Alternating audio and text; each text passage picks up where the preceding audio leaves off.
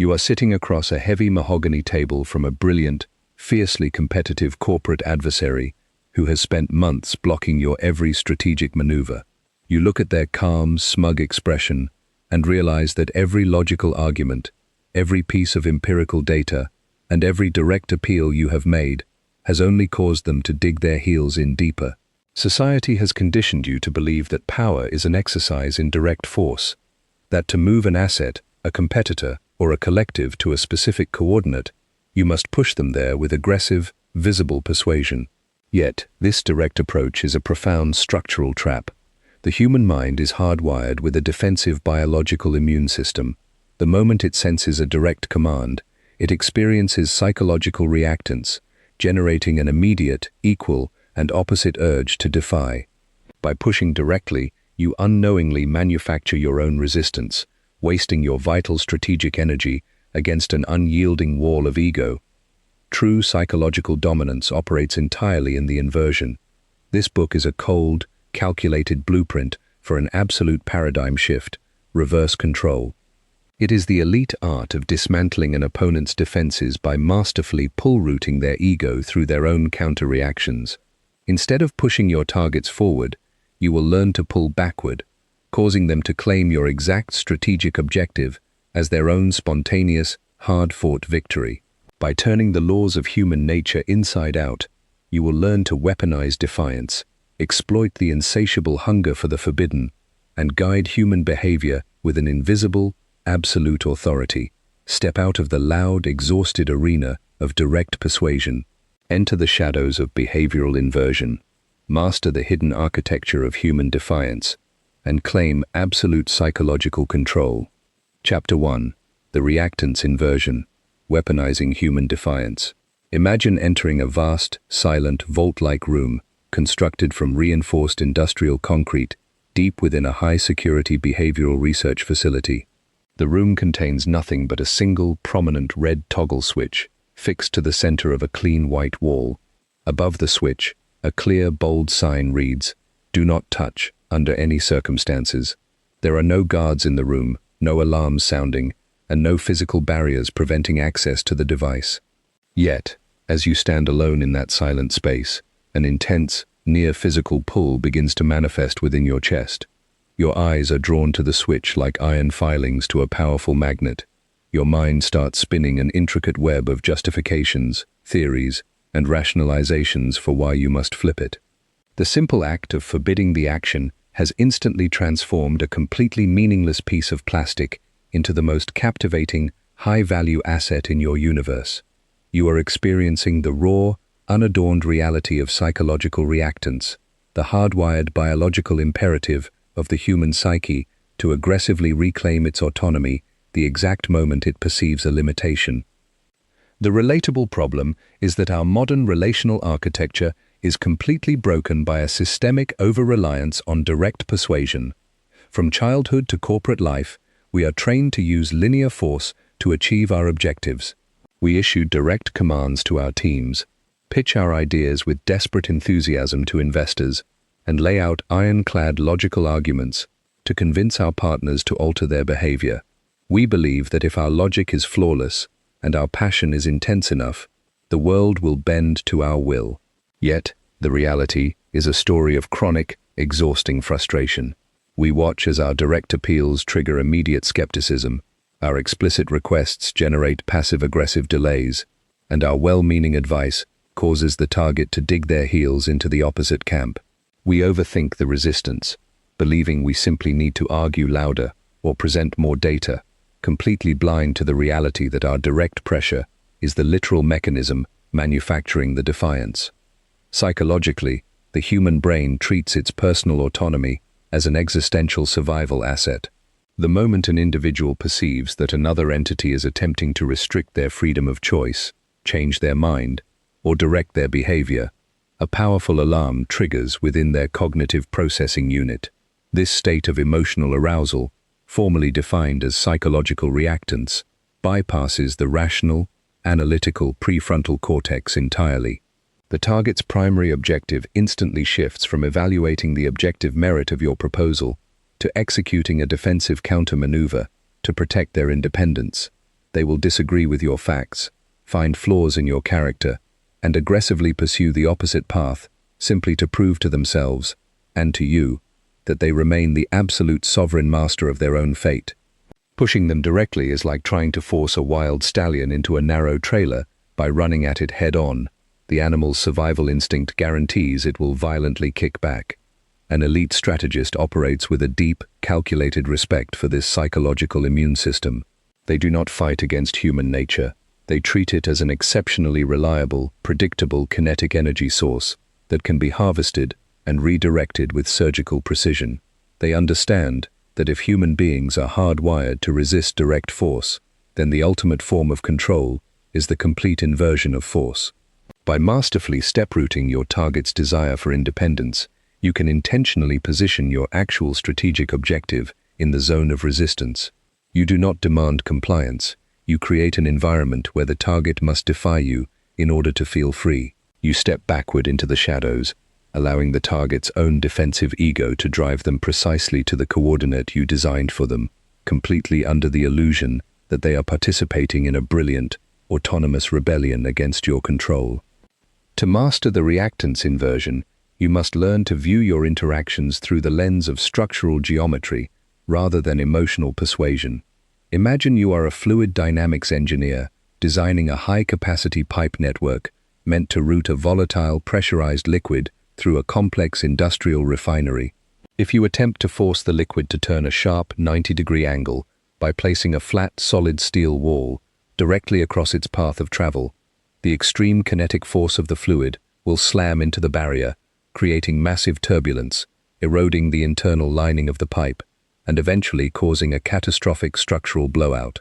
A sovereign engineer does not attempt to fight the kinetic momentum of the fluid with a direct block.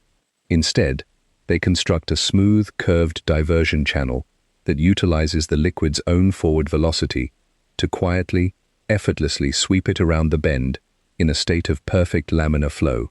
Your target's defiance is that pressurized liquid. Your reverse strategy is the curved diversion channel. Let me tell you about a man named Arthur. Arthur was an exceptionally sharp operational turnaround consultant who spent his career taking over failing manufacturing plants and restoring them to maximum profitability.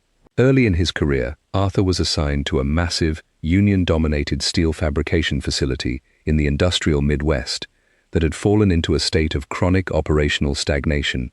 The workforce was deeply cynical, fiercely protective of their old, inefficient habits, and violently resistant to any outside management interference. The previous consultant had attempted to use absolute direct force, marching onto the factory floor with clipboards, issuing rigid new performance metrics, and demanding instant compliance from the veteran shop foreman. The result was an unmitigated disaster. The workers organized a systematic work-to-rule slowdown, deliberately broke machinery, and completely paralyzed the plant's production capacity until the consultant was fired in disgrace. Arthur watched this failure with a calm, analytical eye. He understood that the workers were overthinking their position, viewing any direct management directive as an existential threat to their tribal autonomy. When Arthur arrived for his first day, he did not call a mandatory all-hands meeting or issue a single new policy. Instead, he dressed in basic industrial attire, walked down to the main production floor, and quietly observed the operations for several days without saying a word. Finally, he scheduled a private meeting with the most influential, deeply cynical shop foreman in the plant, a man named Joseph, who had been the ringleader of the previous resistance movement. Arthur sat across from Joseph in the cramped, grease-stained office, leaning back with an expression of complete, detached exhaustion. He did not present a spreadsheet or talk about corporate efficiency. Instead, Arthur looked Joseph directly in the eyes and said, "Joseph, management sent me here to implement a highly advanced, accelerated production protocol to increase daily tonnage by 20%. But after reviewing the engineering blueprints and looking at the current state of the machinery floor, I'm going to draft a report to corporate, telling them to abandon the project entirely. The infrastructure is simply too outdated, and honestly, a manual turnaround at this scale requires an elite level of operational discipline and physical stamina that I just don't think this specific floor crew has left in them. I'm going to advise them to downsize the plant and phase out production over the next 18 months. Joseph's expression instantly hardened. His tribal pride and individual autonomy had just been completely devalued by an outside authority figure. The biological alarm of psychological reactance fired across his nervous system with white-hot intensity. He leaned across the desk, his fists clenched, and growled, "You think we don't have the stamina? You think this crew can't hit those numbers? We built this damn town, and our fathers ran this floor. You give us those engineering blueprints. We'll show you exactly what this crew can do, and we'll hit your 20% increase before your corporate suits can even finish reading your report." Arthur looked down at his desk, carefully hiding the cold, calculating satisfaction tracking through his mind. He sighed heavily, feigning deep reluctance. "I don't know, Joseph. It's too much of a risk. If I give you these blueprints and you fail to hit the metrics within 90 days, it ruins my record. Let's just take the downsize." Joseph practically tore the blueprints out of Arthur's hands, shouting that the floor crew would run the plant on double shifts if necessary to prove him wrong. Within 60 days, the factory floor was operating with a manic, hyper-focused velocity. The workers were arriving early, optimizing their own tool laydowns, and self-policing their efficiency with a level of discipline no manager could have ever enforced by direct command. They smashed the 20% production target ahead of schedule, celebrating their victory as a massive, defiant middle finger to the corporate consultant, completely blind to the reality that they had executed Arthur's exact strategic blueprint to the absolute letter. Arthur had successfully weaponized their defiance, turning their psychological resistance into the primary engine of his operational triumph. The definitive lesson Arthur's architecture teaches is that you must completely eliminate the low-leverage habit of begging or demanding compliance from an independent asset. The moment you show your hand and state exactly what you want a person to do, you give them absolute leverage over your emotional and strategic balance sheet. You invite them to punish you by withholding their agreement. Step off the direct line of force. Look at your target's psychological profile. Locate their primary source of pride or defiance, and position your objective behind a wall of manufactured doubt, restriction, or disqualification. When you force the target to fight through your resistance to achieve your goal, you strip them of their defensive leverage, transforming their psychological immune response into a blind, high-velocity propulsion mechanism that drives your individual empire forward.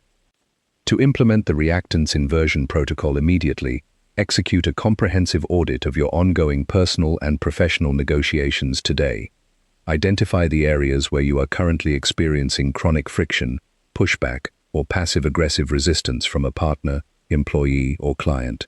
Instantly cease all direct arguments, pitches, and persuasive appeals in those sectors. Take a step back, adopt a posture of calm detachment, and state clearly that you no longer believe the objective is feasible, appropriate, or within their capacity to execute.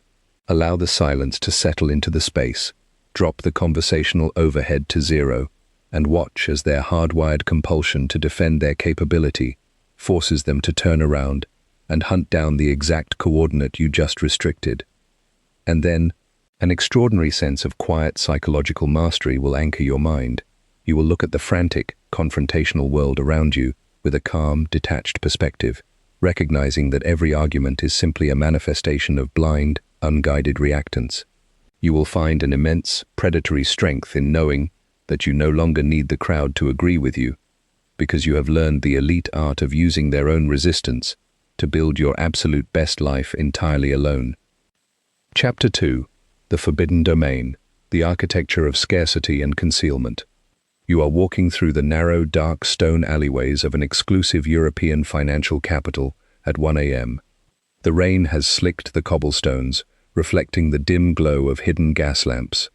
You stop before an unbranded solid iron door completely devoid of signage, window panes, or entry buzzers. There is no line of patrons outside, no promotional lighting, and no marketing material scattered on the ground. To the untrained eye, this location is completely invisible, an empty void in the urban fabric. Yet, deep within the international high-net-worth community, it is known that behind this iron shield lies the most exclusive, high-yield private investment vault on the continent, accessible only to those who possess an encrypted cryptographic token and an invite from an unlisted corporate trust.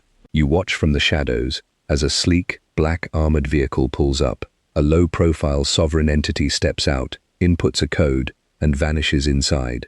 The absolute concealment of the location does not deter entry. It acts as an irresistible, intoxicating gravitational pull that makes the elite asset spend millions just to cross the threshold. You are overthinking your marketing, believing that to attract high-value opportunities, you must shout your worth from the rooftops. This chapter is about mastering the architecture of concealment, learning how to drop your availability to zero, and weaponizing the primal law of absolute scarcity. The relatable problem is that our modern digital ecosystem has infected our strategic communication with a toxic culture of hyper-visibility and desperate overexposure.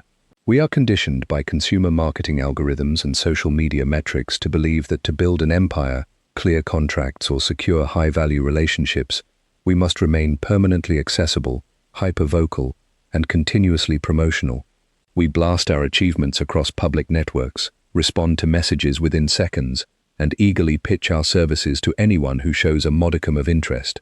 We fall into the exhausting trap of the open market, treating our time, our energy, and our intellectual capital as a cheap, infinite commodity that is permanently on display. We overthink our relevance, worrying that a week of digital silence will sentence us to permanent oblivion, while remaining completely blind to the reality that this constant self-advertising is systematically killing our perceived value, inviting low-yield exploitation, and projecting a deep aura of strategic desperation. Psychologically, the human mind operates on a primitive value allocation algorithm that equates high visibility and abundance with low value, and concealment and scarcity with ultimate power.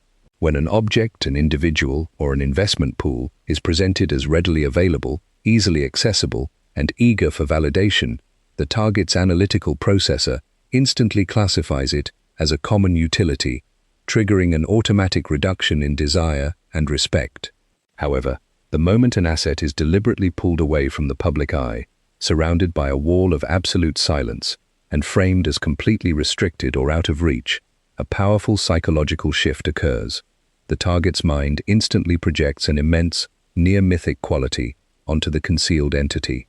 The human imagination, abhorring an informational vacuum, fills the silence with its highest desires, transforming the forbidden domain into an obsession that must be pursued. Scarcity bypasses rational cost-benefit analysis entirely, driving human behavior through a deep, predatory instinct to possess what the rest of the collective is denied. To master the architecture of concealment, you must learn to operate as an informational protectionist, running your life and your business ventures like an ultra-exclusive, closed-end private equity fund that issues zero public reports. When you consciously choose to drop your personal and professional availability to absolute zero, you fundamentally alter the power dynamics of your environment. You stop performing on the public stage, you stop chasing clients or companions, and you stop allowing your cognitive energy to be harvested by casual inquiries. You create an artificial vacuum around your persona. In a world of loud, frantic self-promotion, your absolute silence becomes a deafening, magnetic frequency that cuts through the digital noise. The high-value assets, elite partners, and premium opportunities you once spent hours chasing will begin to quietly orbit your perimeter, searching for a single crack in your fortress walls through which they can slip their capital, their focus, and their respect. Imagine you are an elite gemologist who has discovered a pristine, flawless vein of deep blue Kashmiri sapphires hidden in a remote mountain range, a stone so rare that only 5 specimens exist on Earth. If you take these precious gems, dump them into a cheap plastic bucket, and stand on a chaotic street corner shouting at passing pedestrians, begging them to buy a stone for $100, you will be met with complete derision and indifference. The crowd will assume the gems are cheap glass fakes because the context of their presentation screams common abundance and desperation.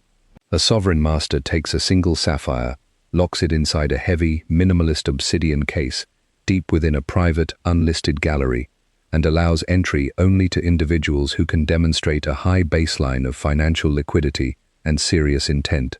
The case is opened only once a month in absolute silence. The physical restriction and structural concealment transform the gem into an untouchable emblem of supreme status, causing the world's most powerful entities to bid millions for the privilege of possession. Your intentional solitude is that obsidian case. Let me tell you about a woman named Vivian. Vivian was an exceptionally talented private digital security architect who spent her early 20s running a traditional tech consultancy firm. She operated with a highly polished website, ran continuous digital advertising campaigns, and attended every local business networking gala, eagerly handing out her business cards and pitching her secure server frameworks to mid-level corporate executives. Despite her undeniable technical genius, Vivian found herself trapped in a low-leverage cycle. Her clients constantly negotiated her fees down, delayed her payments, and treated her elite expertise as a disposable, high-maintenance utility. She was constantly overthinking her marketing, spending her weekends rewriting promotional emails, and feeling an underlying, chronic exhaustion from the continuous performance of self-promotion. One evening, after a particularly disrespectful client threatened to terminate her contract unless she agreed to execute a massive layout modification for zero additional compensation, Vivian experienced a moment of total structural clarity. She realized that her visibility was actively destroying her value. She was standing on the chaotic street corner with her sapphires in a plastic bucket. Within 48 hours, Vivian executed a total systemic inversion. She pulled down her corporate website, deactivated her public professional profiles, cancelled her marketing campaigns, and moved her entire operation into an unlisted corporate structure. She established an unbending strategic boundary. She would never pitch her services again, she would never take an unreferred meeting, and she would operate entirely as an invisible shadow entity in the marketplace. For the first 2 months, her phone was dead silent, and the vacuum felt terrifyingly cold. But instead of panicking or returning to the open market, Vivian leaned directly into the fortress of concealment. She used her isolation to engineer a highly specialized, near-unbreakable cryptographic data containment framework meant for elite, high-net-worth family offices. When an old contact reached out to ask if she was still taking clients, Vivian responded with a cold, minimalist text: "I have transitioned entirely to private sovereign asset protection. My ledger is currently closed to the public." She did not provide a link, an explanation, or a follow-up call. She dropped the bridge and left the contact standing outside the castle walls in absolute curiosity. The psychological impact of this strategic withdrawal was a total masterclass in scarcity. Within weeks, rumors began to circulate within the elite financial circles of the city that Vivian had developed an impenetrable security matrix reserved strictly for institutional titans. Her absolute unavailability created an insatiable, prestigious demand for her focus. High-level asset managers began aggressively hunting for her contact information, treating an introduction to her as a massive reputational asset. When she finally permitted a multi-million-dollar hedge fund manager to secure a private consultation, she sat in the silent room in unbranded black attire, laid out her terms with absolute brevity, and charged a non-negotiable retention fee that was 10 times higher than her old commercial rates. The manager paid it instantly without a single objection, profoundly grateful to have been admitted into the forbidden domain. By the year 2026, Vivian was commanding a massive financial empire from her silent loft, managing the security architecture of global trusts in total obscurity, proving that the ultimate economic leverage is found when you delete your presence from the public grid. The vital lesson Vivian's framework teaches is that you must completely decouple your sense of security from public exposure. Real power is not about being known by the crowd. It is about being aggressively sought after by the few who possess true leverage. Stop letting the consumer system convince you that to be valuable, you must be visible. Turn your attention completely inward, construct an iron wall of scarcity around your daily availability, and treat your intellectual capital as a highly classified sovereign treasury. When you eliminate the noise of self-promotion and choose to operate as an intentional ghost in the marketplace, your value scales with an exponential, compounding speed, transforming you into an unattackable individual force. To claim the leverage of the forbidden domain immediately, perform a total operational clearance today. Remove your personal and professional presence from the open, low-leverage lanes of the public network.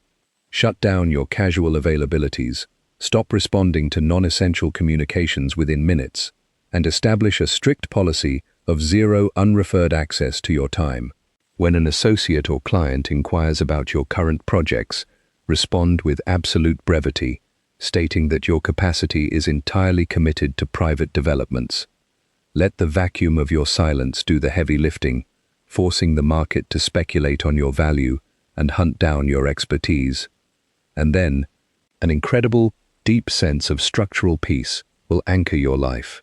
You will watch the frantic, overexposed world around you with a calm, detached clarity, knowing that while the crowd is spending their energy begging for attention, you are quietly compounding your wealth and power in the pristine shadows of intentional isolation. You will find an immense predatory strength in knowing that your foundation is built entirely on the solid rock of your own self-contained sovereignty, allowing your individual empire to rule over its domain with absolute stability and permanent, untouchable freedom. Chapter 3. The Threat of Absolute Alignment, Neutralizing Counter-Ideology.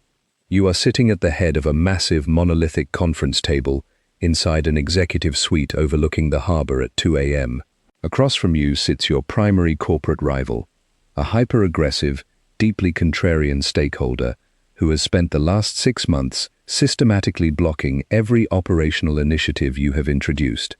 He has arrived tonight, prepared for a war of words, his posture tense, his files open, his face twisted into an expression of raw, defensive defiance.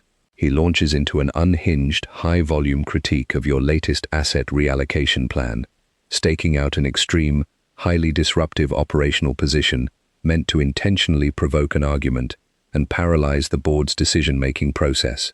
You do not interrupt him, you do not tighten your jaw, and you do not present a single counter-argument. Instead, you lean back with an expression of calm, absolute agreement.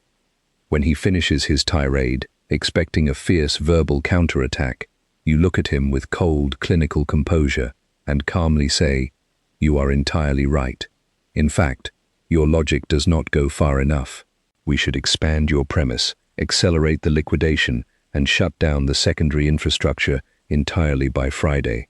Instantly, the rival freezes, his eyes widening in total psychological vertigo as he realizes his entire oppositional identity has just been completely neutralized by your alignment. The relatable problem is that most people spend their valuable strategic energy engaged in endless, low-overhead verbal warfare. We live in a highly reactive human landscape where people utilize contrarianism, defiance, and ideological resistance to carve out a sense of individual importance and control. When an employee resists a new directive, a client takes an irrational stance on a contract, or a partner deliberately adopts an opposing viewpoint, our natural instinct is to push back with direct logic. We lay out analytical spreadsheets, we debate the facts, and we try to force them to admit their errors through sheer intellectual superiority. We overthink the conflict, believing that if we just find the perfect phrase or the most devastating piece of evidence, they will surrender. We remain completely blind to the reality that our direct counterpressure is the exact fuel keeping their opposition alive. By fighting their position, we provide them with the solid wall they need to lean against to maintain their balance. Psychologically, the contrarian mind does not operate on logic. It operates on the primitive mechanics of relational friction. The primary goal of the defiant individual is not to discover objective truth, but to establish an independent identity by standing in direct opposition to an authority figure or an institutional baseline.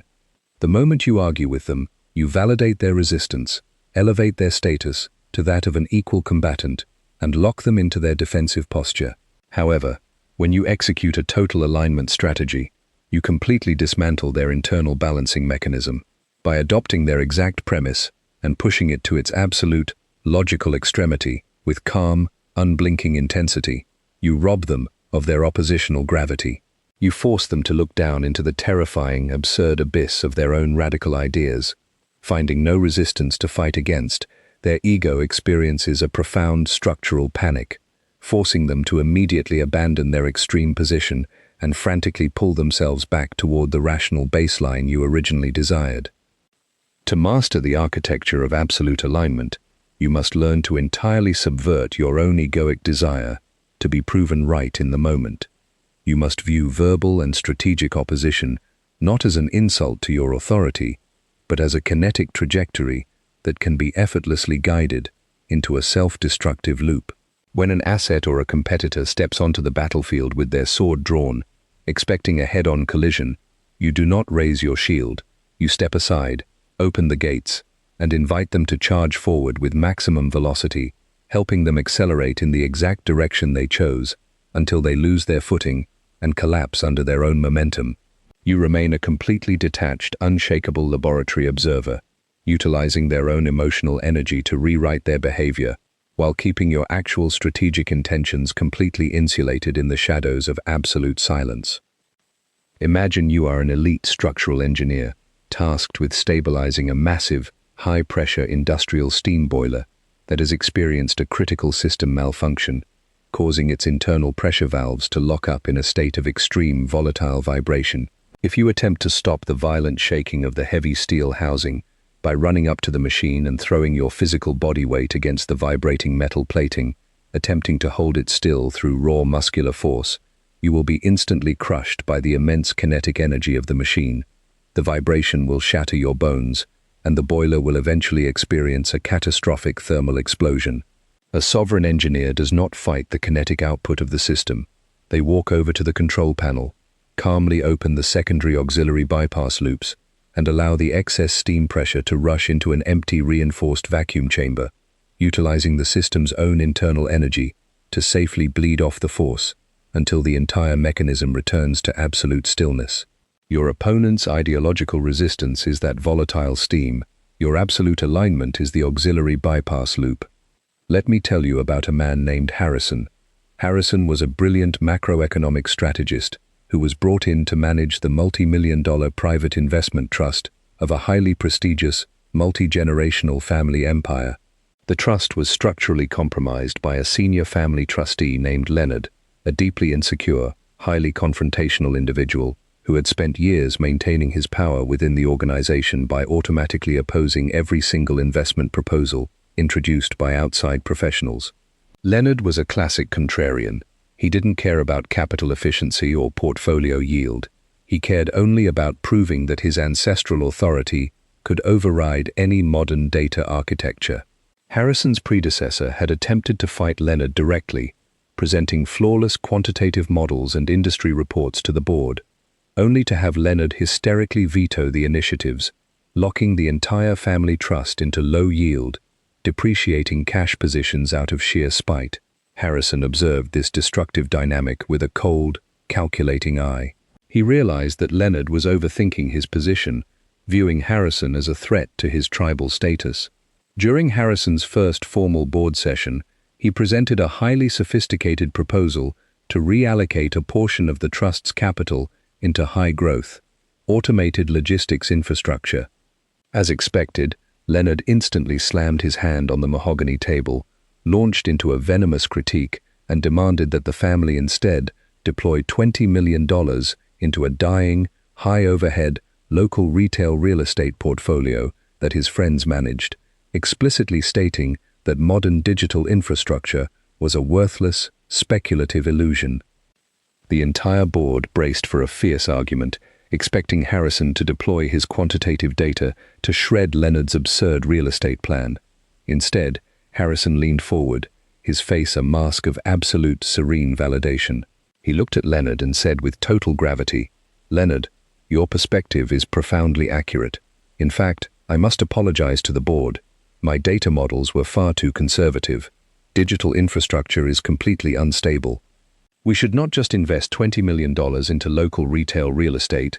We should liquidate our entire international equity portfolio, pull all our capital out of liquid sovereign bonds, and place the entire $80 million of the family trust into these brick-and-mortar retail buildings by the end of the quarter.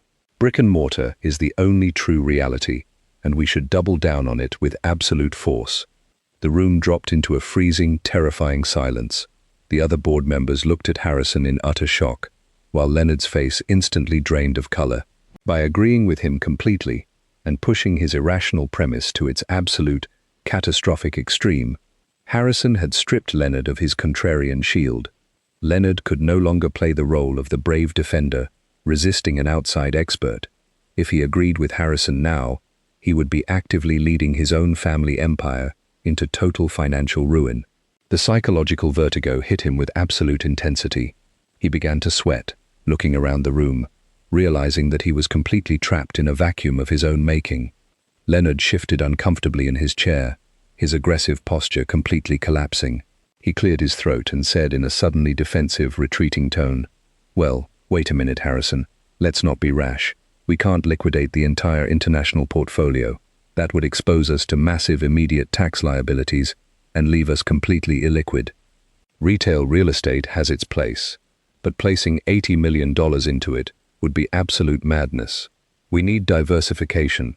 Perhaps we should just take a small conservative piece, maybe 5%, and look closer at your logistics infrastructure proposal to balance things out." Within 20 minutes, Leonard was actively arguing against his own initial position, using Harrison's original rational arguments to convince the board why they must protect their capital by investing in digital infrastructure. Harrison sat in total silence, offering nothing but slow nods of agreement, watching his opponent effortlessly execute his exact strategic plan for him. The definitive lesson Harrison's architecture teaches is that you must completely eliminate the low-leverage habit of confronting irrationality with direct force.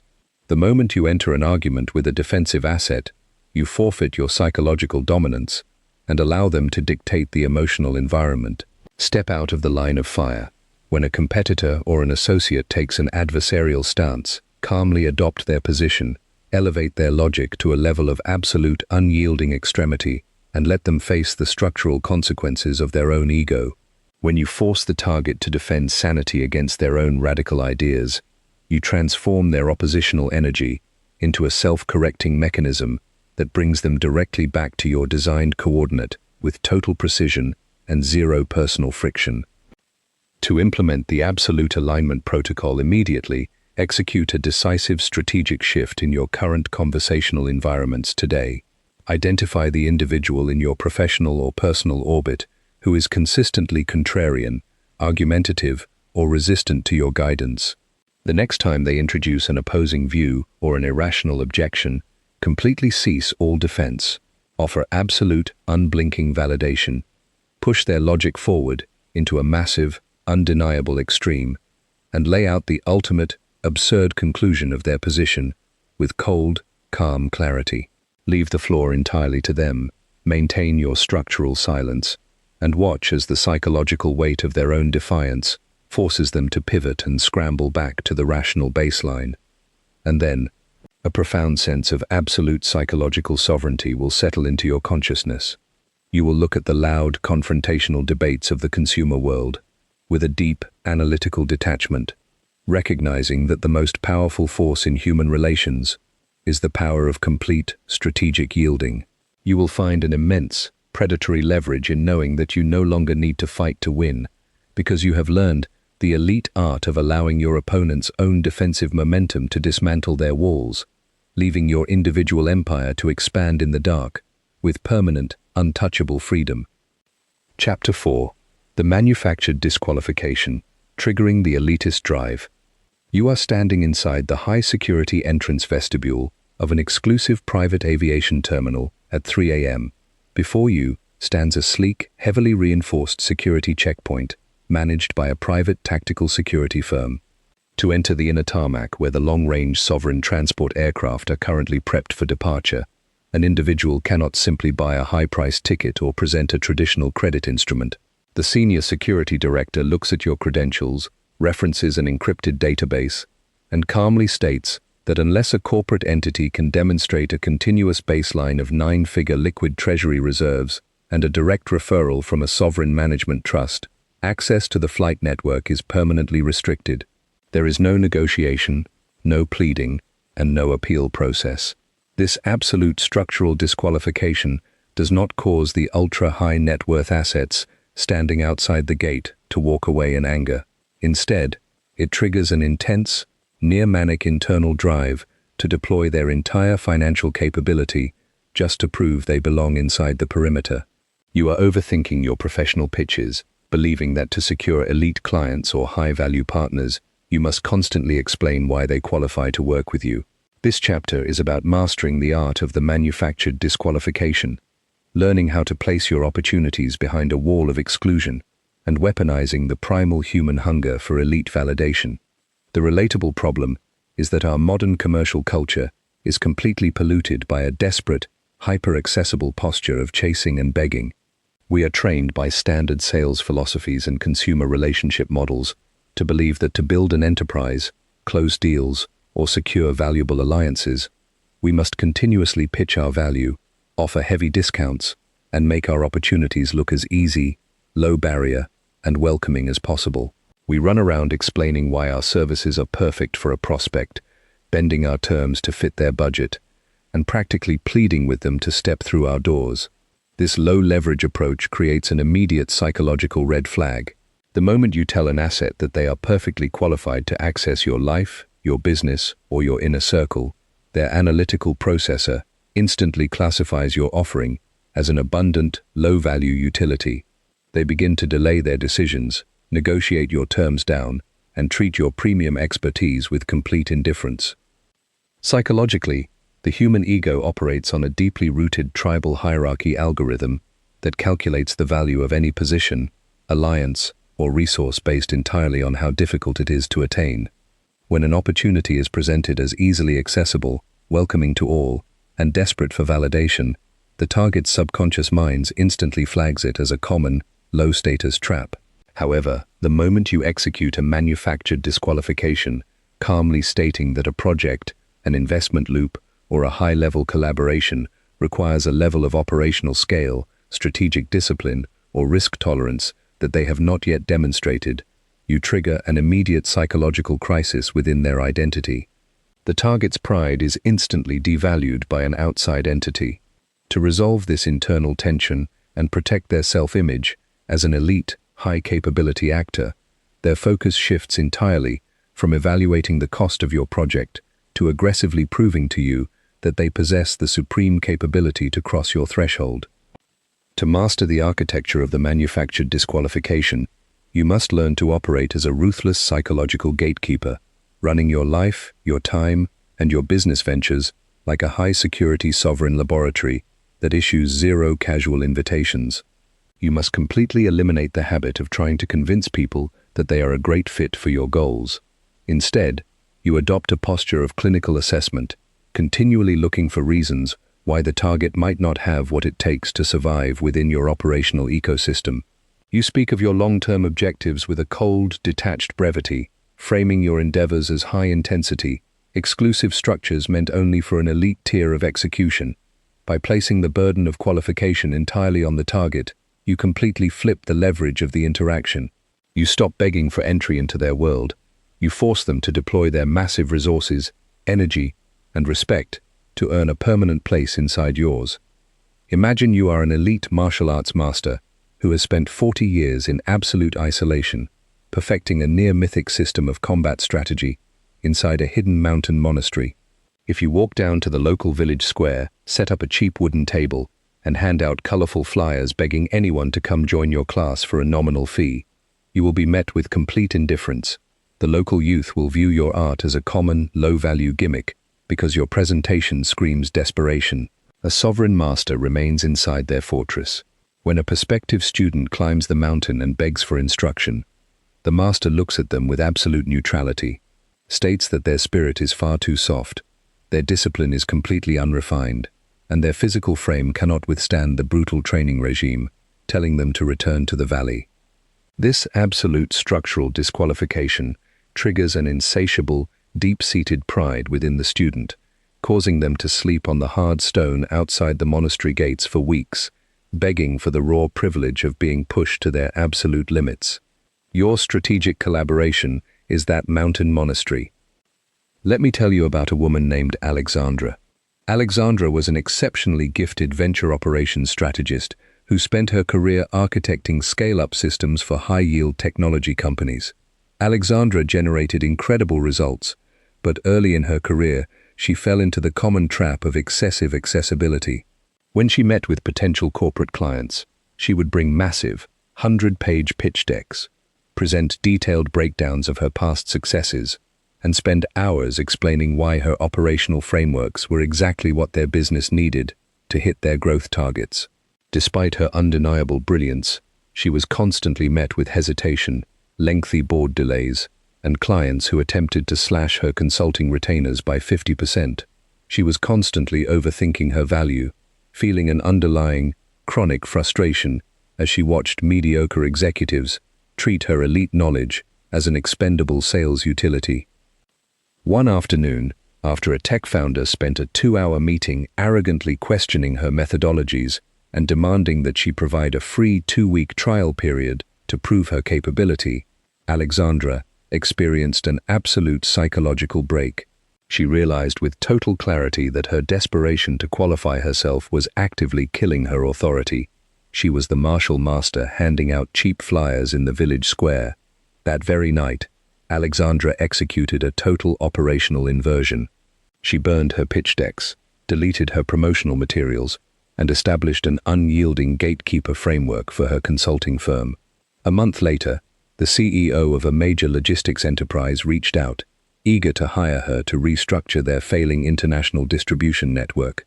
Instead of scheduling a standard sales presentation, Alexandra required the CEO to complete a rigorous, multi-tiered operational questionnaire, detailing their liquid cash reserves, their organizational chart, and their long-term corporate willingness to execute painful structural cuts. When the CEO scheduled a call to discuss the results, Alexandra sat in total, unbothered composure. She did not pitch. Instead, she looked at the CEO and said with absolute clinical coldness, "I have reviewed your data, and I'm going to decline to take your company on as a client. Your management tier is far too emotionally attached to their current inefficiencies. Your internal communication loops are highly compromised, and honestly, an operational overhaul of this scale requires a level of absolute corporate discipline and executive ruthlessness that I just don't think your leadership team has the stomach to execute. It would be a waste of my strategic time." The CEO's ego was instantly struck by a massive psychological blow. He had spent his entire life viewing himself as a dominant, high-status executive who dictated terms to consultants. To be told by an elite operator that he lacked the stomach for high-level execution triggered a manic, intense reactance across his nervous system. He leaned into his camera, his voice shaking with defensive pride, and said, "Alexandra, you don't know my team, and you don't know me. We built this infrastructure from nothing, and if you think we lack the ruthlessness to scale, you are dead wrong. I will fire my entire middle management layer tomorrow if that's what your blueprint demands. Name your retainer fee, write your terms, and step onto this board.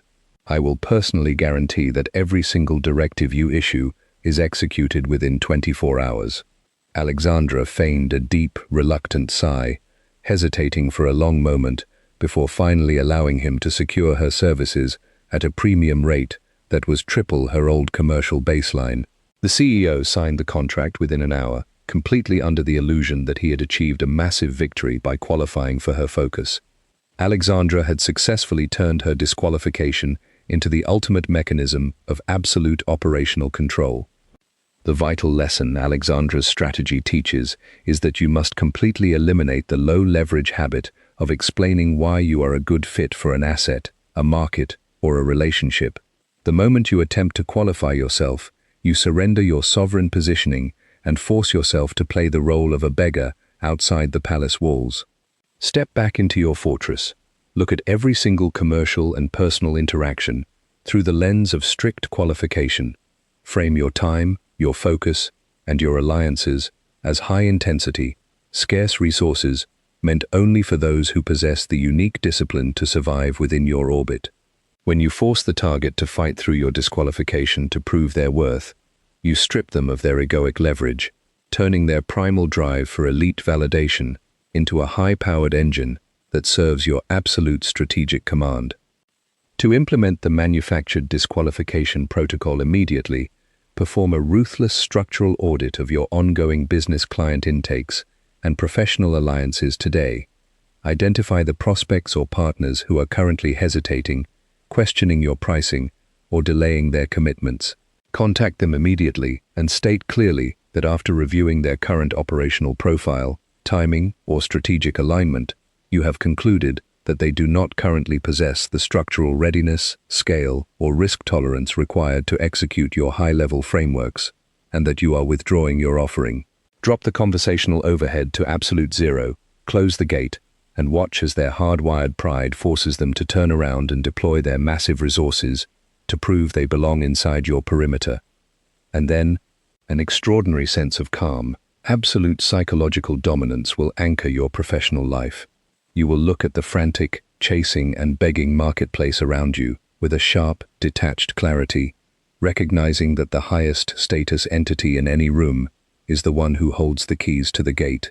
You will find an immense, sovereign strength in knowing that your focus belongs entirely to your command, allowing your individual empire to expand in the dark with absolute precision and permanent, unshakable freedom. Chapter 5. The Contrast of the Heavy Alternative. Managing Choice Architecture. You are standing in the structural observation deck of a massive regional power facility at 2 a.m. Before you on the main console rests a dual-path control switch designed to route the plant's massive electrical output across the state network. If you present a single strategic path to a highly skeptical board of directors, their immediate instinct is to deploy their entire analytical capacity to tear that single option apart, searching for microscopic flaws, hidden liabilities, and operational risks. You realize that you are overthinking your presentations, believing that a single, flawless proposal is enough to win absolute consensus. To move the asset precisely to your desired coordinate, you must alter the geometry of their choices. You place two options before them: your primary strategic objective, framed as a model of sleek, highly automated, low overhead efficiency, and a secondary alternative that is intentionally designed to be structurally exhausting, legally dense, and deeply unappealing to their specific psychological profile. By forcing their attention through the heavy alternative first, your primary goal appears as a beautiful sanctuary of absolute operational relief, causing them to choose it eagerly with zero external persuasion. The relatable problem is that the modern professional architecture is completely paralyzed by a structural misunderstanding of choice psychology. We live in an information-dense landscape where clients, partners, and stakeholders are flooded with an overwhelming amount of daily data, leading to a state of chronic decision fatigue and baseline skepticism. When we present a business strategy, a contract layout, or a lifestyle adjustment as an isolated option, we trigger an immediate, defensive evaluation process. The target begins to cross-examine our pricing, question our timelines, and demand endless modifications just to assert their independent authority. We overthink the pushback, trying to solve it by offering deeper discounts or preparing even more dense multi-page data presentations, completely blind to the reality that our lack of contextual contrast is what is making our proposal look like a high-friction burden. Psychologically, the human brain is entirely incapable of evaluating value in an absolute vacuum. Every object, price point, or strategic path is immediately judged based on the nearest, most vivid point of comparison available to the consciousness. When an individual is forced to look at a single, isolated proposal, their mind automatically compares it to an idealized, imaginary scenario of zero cost and zero effort, causing your real-world solution to feel heavy, expensive, and restrictive. However, the moment you introduce a manufactured contrast, placing your desired path directly alongside an alternative that features immense operational friction, extreme logistical complexity, and severe psychological wear and tear, you fundamentally shift the target's cognitive baseline. Their mind stops fighting your proposal and instead uses the heavy alternative as the new anchor of reality. Compared to the administrative nightmare of the secondary path, your primary objective is instantly transformed from a costly commitment into an irresistible escape route. To master the contrast of the heavy alternative, you must operate as a cold, calculating choice architect, structuring your environment so that the target's natural desire to avoid pain, friction, and confusion drives them straight into your strategic trap. You completely eliminate the low-leverage habit of presenting raw, unanchored choices. When you design an operational blueprint or a commercial contract, you do not just build the solution, you meticulously build the nightmare alternative alongside it. You detail the high overhead, the endless regulatory bottlenecks, and the exhausting human management loops of the secondary path with a chilling, clinical precision. You step backward into a posture of absolute neutrality, letting the target's own natural laziness, fear of complexity, and desire for operational peace execute the selection for you, leaving them profoundly grateful to have chosen the exact path you intended from the very beginning. Imagine you are an elite mountain guide tasked with leading a wealthy, highly independent, and argumentative explorer to the summit of a treacherous Himalayan peak. If you point to a single, beautifully cleared, and direct ridge trail and say, "We must take this path. It is the most efficient way to the top," the explorer's contrarian ego will immediately rebel. He will question your navigation, demand to look at alternative maps, and waste days arguing that a different valley might be safer. A sovereign guide does not argue. He lays out two distinct paths on the map. The first is a highly publicized, legendary eastern route, characterized by sheer ice walls, constant avalanche warnings, thousands of feet of technical rope climbing, and a mandatory 3-week quarantine period in a freezing, wind-swept lower canyon. The second is your primary ridge trail, a route focused on steady, low-overhead hiking and automated supply depots. By forcing the explorer's imagination to trek through the frozen, high-friction nightmare of the eastern route first, his defensive skepticism is completely broken, causing him to eagerly point to the ridge trail and declare it the only logical choice, completely under the illusion that he has masterfully saved the expedition through his own superior judgment. Your strategic goal is that ridge trail. Let me tell you about a man named Julian. Julian was an exceptionally brilliant logistics engineer who spent his career optimizing distribution networks for multinational e-commerce brands. Julian was brought in to salvage a collapsing supply chain system for a massive, family-owned European apparel manufacturer that was bleeding millions of dollars due to outdated, manual warehousing practices and fragmented regional shipping networks. The company was dominated by a conservative, highly defensive family board of directors who were deeply resistant to any modern digital infrastructure changes, overthinking their legacy operational habits and viewing any outside intervention as an expensive, high-risk threat to their ancestral control. Julian's predecessor had attempted to pitch a clean, highly automated, centralized fulfillment system, but the board had spent 6 months tearing the proposal apart, micro-analyzing the software implementation costs and stalling the project until the company's margins neared zero. Julian reviewed the failure with a calm, analytical eye. He understood that the board was trapped in a defensive evaluation loop because they were looking at the automated fulfillment system in an absolute vacuum. For his first official presentation to the family board, Julian did not prepare a traditional sales pitch for the automated system. Instead, he walked into the boardroom and laid out 2 massive, highly detailed operational blueprints across the table.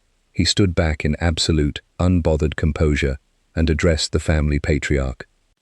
"Gentlemen," Julian said with a clinical, detached neutrality, "our logistics infrastructure is in a state of terminal decline. To prevent total market share collapse, we have 2 distinct pathways. The first option is a total manual expansion of our legacy system. This path requires us to acquire 3 additional regional warehouse facilities, hire over 400 manual labor staff across 4 separate jurisdictions, navigate complex local union negotiations, and manage a highly fragmented, multi-tiered fleet of localized shipping contractors. I have detailed the compliance frameworks, the legal oversight committees, and the intensive daily human management loops required to run this manual expansion over the next 5 years. It will demand your absolute, daily executive presence to police the inefficiencies." Julian spent 45 minutes walking the board through an administrative horror show of spreadsheets, detailed union fine structures, and exhausting operational friction points. The family patriarch sat staring at the manual expansion blueprint, his face pale, completely overwhelmed by the sheer weight, complexity, and massive human overhead of the option. He looked up at Julian, exhausted before the work had even begun, and asked, "This looks like an absolute logistical nightmare, Julian. It will completely consume our lives. What is the second option?" Julian calmly slid the manual expansion files into his leather case and unrolled the second blueprint, his primary strategic objective. The second option is a complete integration with a centralized, automated digital fulfillment network. It eliminates the regional warehouses, requires zero union negotiations, utilizes an automated software engine to route shipping lines, and operates with a lean, low-overhead administrative team. It functions entirely in the background. The contrast hit the board with the force of a psychological tsunami. Compared to the terrifying, high-overhead nightmare of the manual expansion, the automated digital system looked like an absolute paradise of pure relief, efficiency, and safety. The board did not ask a single skeptical question about the software implementation costs. They did not delay the decision to consult with outside committees. They did not attempt to negotiate Julian's engineering fees down. The patriarch slammed his hand on the table and declared, "The manual expansion is completely out of the question. It would destroy this family's sanity. We are executing the centralized automated system immediately, Julian. Prepare the contracts tonight." Julian nodded slowly, feigning a posture of calm, professional compliance, while his mind tracked the absolute success of the choice architecture. The board signed the multi-million-dollar implementation contract within 48 hours, celebrating the decision as a brilliant, courageous act of family leadership, completely blind to the reality that they had been masterfully guided into Julian's exact coordinate through the crushing weight of contrast. The definitive lesson Julian's framework teaches is that you must completely abandon the low-leverage habit of presenting unanchored, isolated proposals to an independent asset. The moment you force an opponent to look at your objective without context, you invite their defensive ego to manufacture resistance and micro-analyze your terms. Step off the line of direct persuasion, look at your strategic targets, analyze their deepest fears regarding complexity, labor, and overhead, and build a heavy alternative that weaponizes those exact vulnerabilities. When you force the target's consciousness to wade through a swamp of administrative chaos before showing them your clean, low-overhead solution, you strip them of their critical resistance, turning their natural aversion to friction into a powerful propulsion mechanism that drives them to execute your absolute best life entirely alone. To implement the contrast protocol immediately, perform a ruthless structural audit of your ongoing commercial agreements and interpersonal proposals today. Identify the areas where you are currently facing chronic hesitation, negotiation delays, or intense micro-scrutiny from a client, vendor, or partner. Instantly stop trying to defend your current terms. Re-engineer your presentation to feature a dual-choice layout. Meticulously draft a secondary operational path that is legally dense, logistically agonizing, and high maintenance, and place it directly alongside your primary, streamlined objective. Step back into a posture of calm indifference, present both paths with clinical neutrality, and watch as their hardwired instinct for survival forces them to eagerly claim your desired coordinate as their own escape. And then, an extraordinary sense of mechanical power will anchor your strategic execution.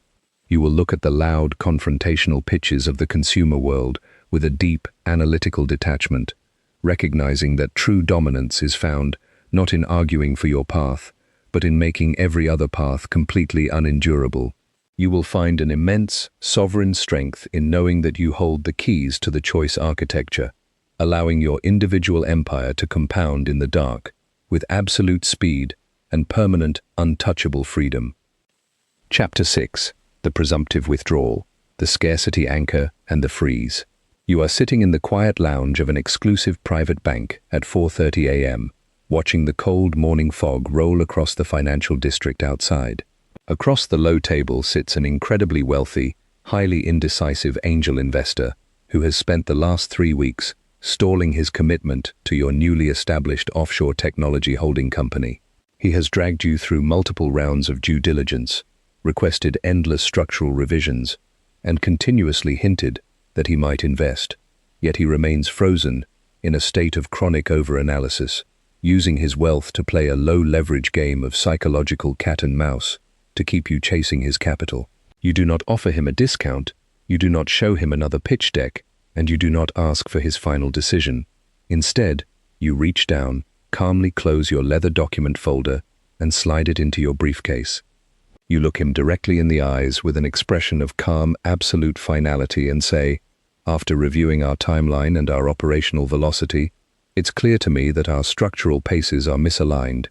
I have instructed my treasury team to close the current equity window and reallocate the remaining allocation to our European institutional block. We are withdrawing the offering from your desk, effective immediately. Thank you for your time." Instantly, the investor's face freezes, his smug composure shatters, and a wave of raw psychological panic hits his nervous system as he realizes the prize has just vanished into the dark.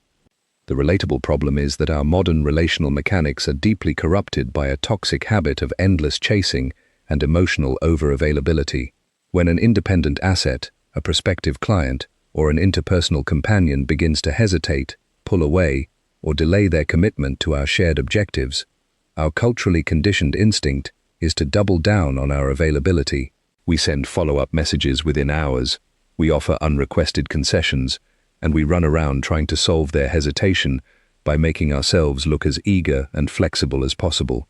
We fall into the exhausting trap of the desperate seller, treating our strategic opportunities, our time, and our creative energy as a cheap, abundant commodity that will wait forever on their convenience.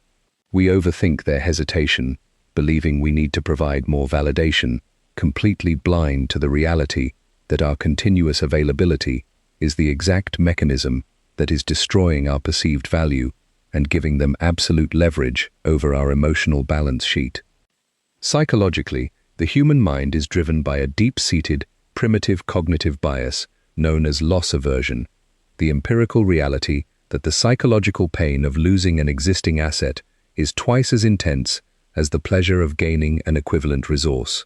When an opportunity is permanently on display and eager for agreement, the target's brain categorizes it as a risk-free utility, allowing them to delay execution indefinitely because they believe they hold total control over the timeline.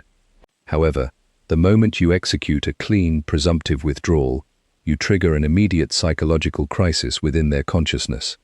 By tearing the opportunity off their desk before they can reject it, you replace their comfortable state of deliberate analysis with a sudden, freezing realization of absolute scarcity.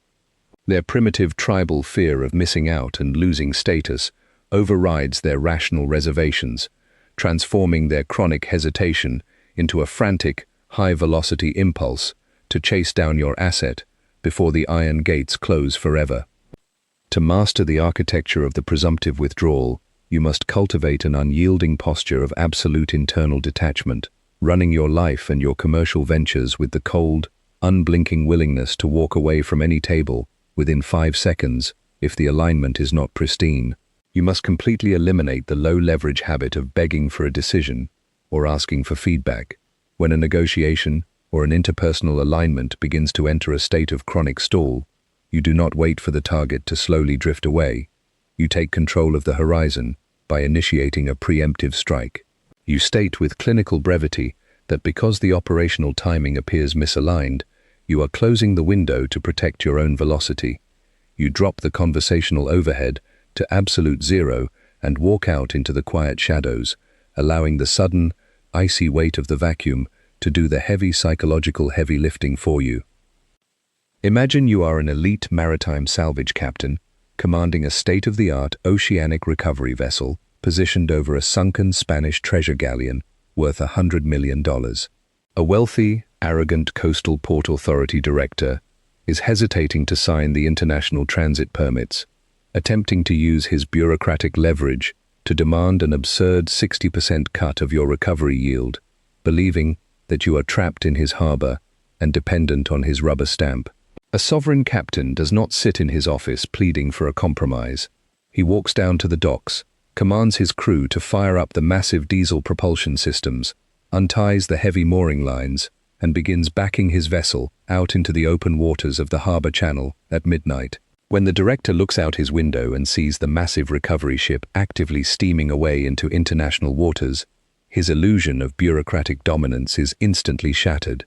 He realizes that a 60% cut of nothing is worthless, and that his greed has just cost him the greatest economic windfall in his city's history. He runs to his radio terminal, screaming for the captain to turn around, offering to sign the permits for a mere 5%, just to bring the ship back to the table. Your strategic presence is that salvage vessel. Let me tell you about a woman named Clara. Clara was an exceptionally talented corporate restructuring attorney who spent her late 20s building a private boutique consulting firm designed to guide high-growth technology startups through complex international mergers and acquisitions. Clara possessed an unmatched understanding of regulatory law, but early in her career, she found her business operations heavily compromised by the chronic indecision of her startup clients. She would spend weeks drafting advanced corporate governance structures for prospective founders, only to have them spend months thinking it over, delaying the contract signatures, and using her highly detailed proposals to shop around for cheaper, low-tier legal services. Clara found herself trapped in a state of chronic background anxiety, constantly overthinking her client follow-ups, tracking her email open metrics, and feeling a deep simmering frustration as she watched her premium intellectual capital get treated like a disposable, open-ended commodity.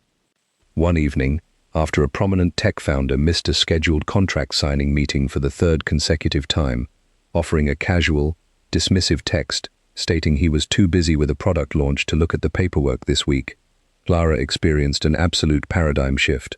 She realized that her continuous availability and endless patience were actively teaching the market to devalue her authority. She was the salvage captain, waiting passively in the harbor while the bureaucrat played games. Within an hour, Clara executed a cold, surgical tactical withdrawal. She did not send a polite reminder or ask when the founder would be free to reschedule. Instead, she drafted a minimalist, unadorned email and sent it directly to the founder's terminal. "David," Clara wrote with absolute clinical brevity, "our operational velocities and prioritization models are fundamentally misaligned. My firm runs on an intensive, closed-loop schedule designed for enterprises ready to execute high-speed market transitions. Because your focus is currently committed to localized product cycles, I have instructed my administrative team to cancel your intake file and reallocate our Q3 restructuring window to a European infrastructure group that has been waiting on our availability ledger. All outstanding governance drafts are now withdrawn from your table and our server links are expired. I wish you success with your launch." She closed her computer, dropped her phone availability to absolute zero, and went to the gym. The psychological impact of this preemptive strike was immediate and catastrophic to the founder's ego. David had spent his entire career viewing himself as a hyper-connected, high-status tech titan who kept service providers waiting on his sovereign convenience. To be casually disqualified and dropped by an elite attorney because his velocity was too slow hit his pride with white-hot intensity. The comfortable illusion that he held absolute control over Clara's timeline evaporated instantly, replaced by a frantic, freezing realization of total exclusion. Within 45 minutes of receiving the email, David called Clara's private office line 6 consecutive times, but her assistant had been instructed to route his calls to an automated voicemail loop. Terrified of losing the critical regulatory architecture that his upcoming multi-million-dollar merger depended on, David drove across the city at midnight, stood outside Clara's office building, and sent a desperate, near-panicked email pleading for her to reopen the folder, offering to wire her entire non-negotiable annual retainer fee up front within 10 minutes if she would just allow him back to the table. Clara permitted him to return the following morning, standing in absolute quiet composure, as he signed her exact terms with a trembling hand, completely cured of his chronic indecision. The vital lesson Clara's architecture teaches is that you must completely eliminate the low-leverage habit of waiting passively on the convenience of an independent asset. The moment you allow a person to stall your time, freeze your schedule, or treat your offerings as an open-ended option, you surrender your sovereign positioning and invite them to devalue your life. Step back into the shadows of absolute scarcity. When a negotiation, a contract, or an interpersonal relationship begins to enter a state of sluggish over-analysis, cleanly, and preemptively withdraw the opportunity from their table. Force them to face the immediate, icy reality of absolute loss.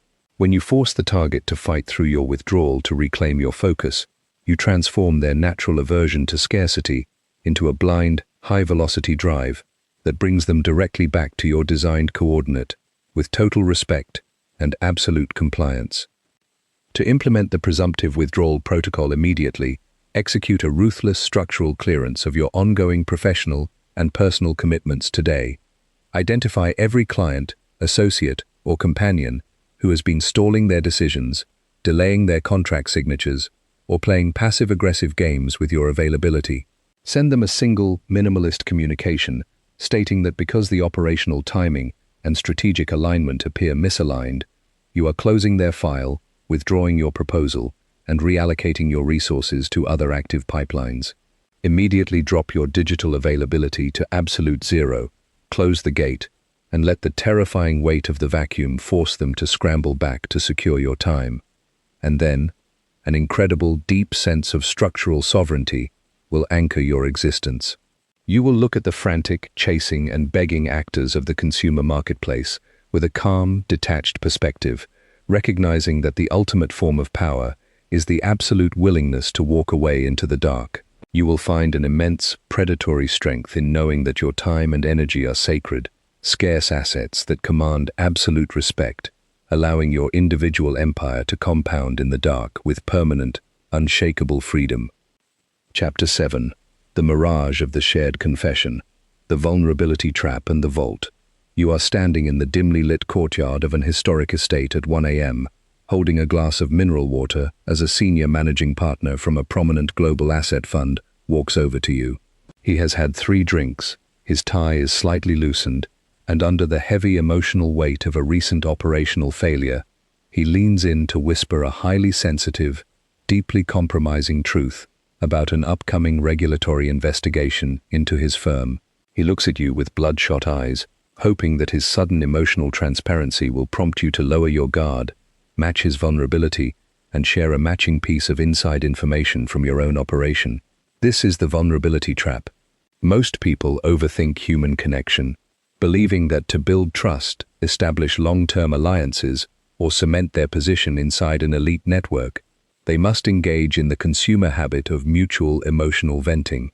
They trade their secrets like cheap currency, hoping to buy intimacy. A sovereign actor does not play this low-leverage game. You listen with absolute clinical empathy, nodding slowly as he pours his heart out, but your own internal machinery remains completely sealed behind a wall of absolute silence. You become his safe, unshakable psychological vault, accepting his raw data while revealing absolutely nothing about your own trajectory, leaving him completely exposed while you maintain absolute strategic dominance. The relatable problem is that our modern corporate and social cultures are deeply obsessed with a performative, hyper-exposed model of radical transparency. We are constantly told by mainstream leadership books, social media influencers, and modern HR philosophies that to be a great leader, a reliable business partner, or a trustworthy companion, we must show our weaknesses, confess our anxieties, and put our deepest insecurities on display.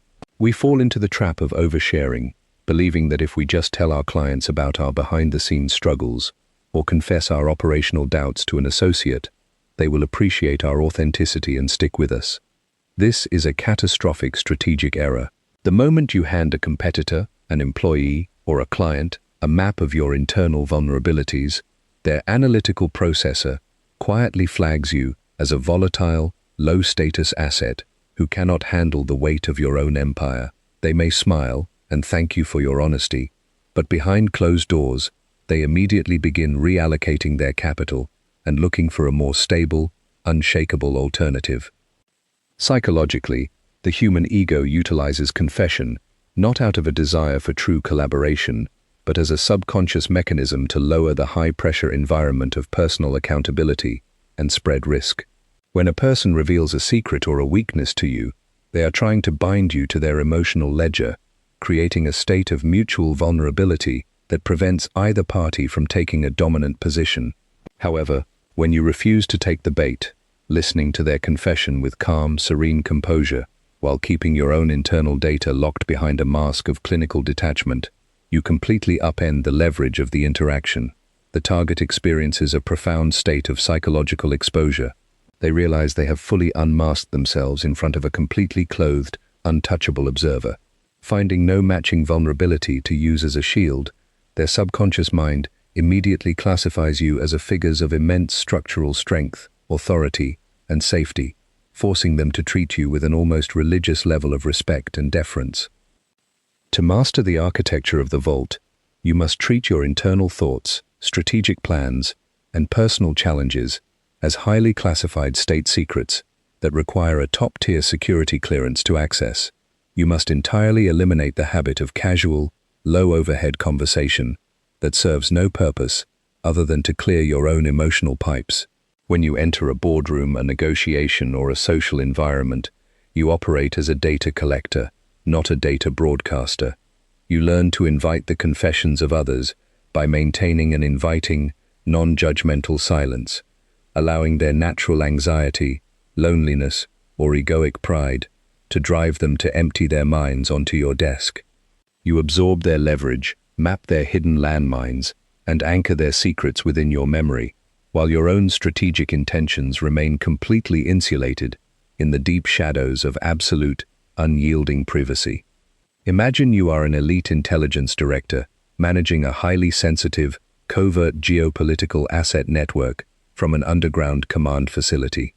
If a stressed, emotional foreign operative runs into your office, slams his hands on your desk, and confesses that he has compromised a local communications channel out of sheer panic, you do not sit him down and say, "Don't worry, my friend, I totally get it. I made a huge mistake on our secondary satellite array last week too, and I've been feeling super stressed about it."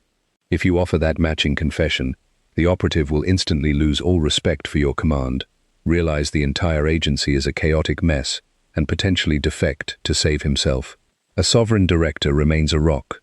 He looks at the emotional operative with cold, unblinking focus, reassures him of his safety, extracts every single detail of the compromised channel, and sends him back into the field with a clear, authoritative directive.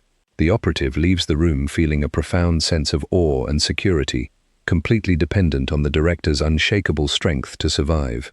Your strategic ecosystem is that command facility. Let me tell you about a woman named Vivian. Vivian was an exceptionally brilliant private wealth advisor who managed the complex, multi-jurisdictional financial empires of elite international tech founders, media tycoons, and high-net-worth real estate magnates. Vivian was young, and early in her career, she operated in a market dominated by older, deeply entrenched legacy banking institutions. To compete, she initially tried to use the standard relationship-building models taught in commercial business schools, attempting to build deep personal connections with her clients by sharing her own career anxieties, talking about her personal life struggles, and trying to create an atmosphere of casual, empathetic peer friendship. Despite her flawless execution of their portfolios, her clients consistently treated her like a junior associate, frequently questioning her investment allocations, demanding round-the-clock text availability, and casually delaying their contract extensions, as if her time had zero economic value. She was overthinking her accessibility, feeling a constant, exhausting pressure to perform emotional labor just to keep her clients from leaving.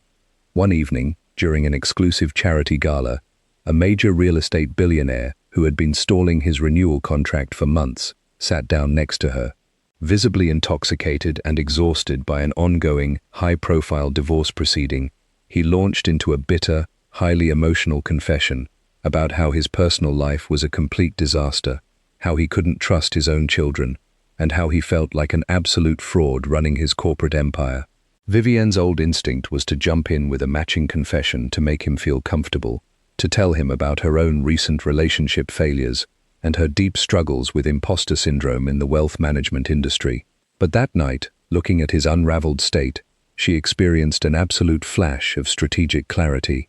She realized that if she shared her own weaknesses now, she would forever cease to be his elite financial commander. She would simply become his drinking buddy. Vivian executed an immediate internal lockdown. She leaned back, her face becoming a serene, unreadable mask of absolute, calm validation. She listened to him for 40 minutes without interrupting once, offering nothing but slow, steady nods of absolute attention.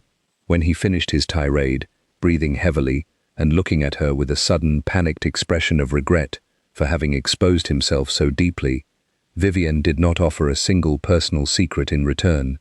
She looked him directly in the eyes with a clinical, unbothered warmth and said with immense gravity, "Leonard, the burden you carry would crush an ordinary executive. Your strength in maintaining this operational scale amidst such intense personal friction is remarkable. Your secrets are entirely safe inside this vault. Let me take the heavy weight of your asset structure off your mind so you can focus entirely on resolving these personal fronts. I will handle the portfolio. You do not need to worry about it for a single second." The psychological shift inside the billionaire was instantaneous. The sudden, freezing realization that he had exposed all his weaknesses to a completely unshakable, disciplined professional who revealed absolutely nothing of her own flaws hit his ego with absolute authority. He did not see Vivian as a junior associate anymore. He saw her as a mythic pillar of absolute security, safety, and power. He reached into his pocket, pulled out his pen, and signed her premium, non-negotiable, annual advisory renewal contract, right there on the gala table, with a trembling hand. For the next 5 years, he never questioned a single investment directive she issued. He never delayed a payment, and he treated her time with a profound, near-religious respect. Vivian had successfully transformed her absolute silence into the ultimate instrument of commercial dominance. The vital lesson Vivian's strategy teaches is that you must completely eliminate the low-leverage habit of using mutual vulnerability as a social crutch to buy connection. The moment you attempt to match an asset's confession with your own weakness, you forfeit your sovereign positioning and destroy the illusion of unshakable strength that elite clients and partners look for in a commander. Step back into your vault. Let the world unmask itself around you. Listen with absolute non-judgmental attention to their fears, their errors, and their secrets, allowing them to empty their leverage into your hands. Keep your own internal data, your doubts, and your long-term blueprints completely insulated from the light of casual display. When you force the target to look at you as an untouchable, secure sanctuary of absolute discipline, you turn their emotional exposure into a permanent anchor of respect that binds them to your command with zero friction. To implement the Vault protocol immediately, perform a ruthless operational shift in your daily communicative environments today.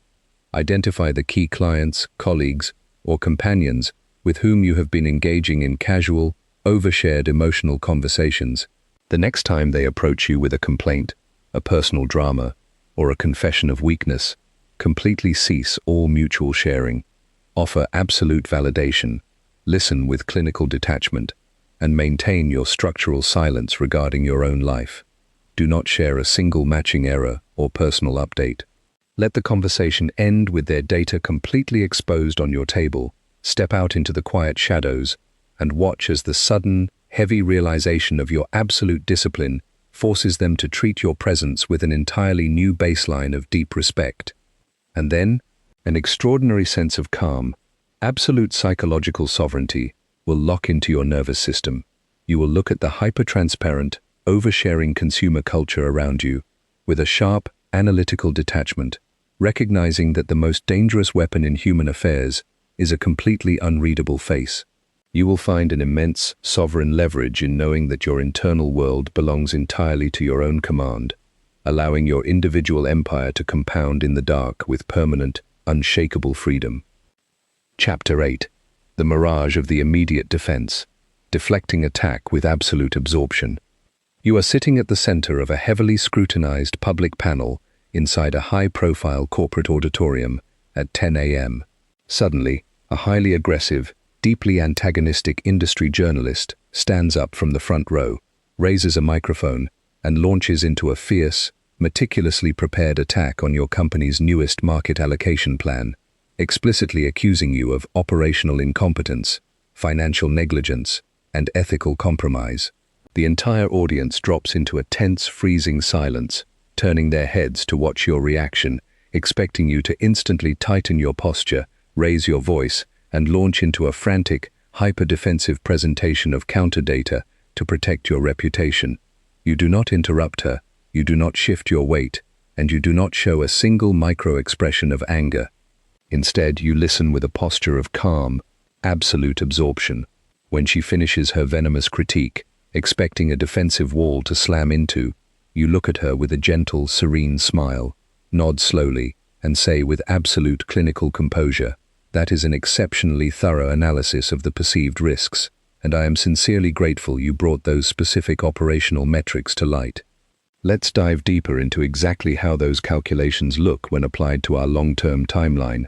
Instantly, the journalist freezes, her aggressive momentum completely swallowed by your lack of resistance, while the audience relaxes in awe of your untouchable authority.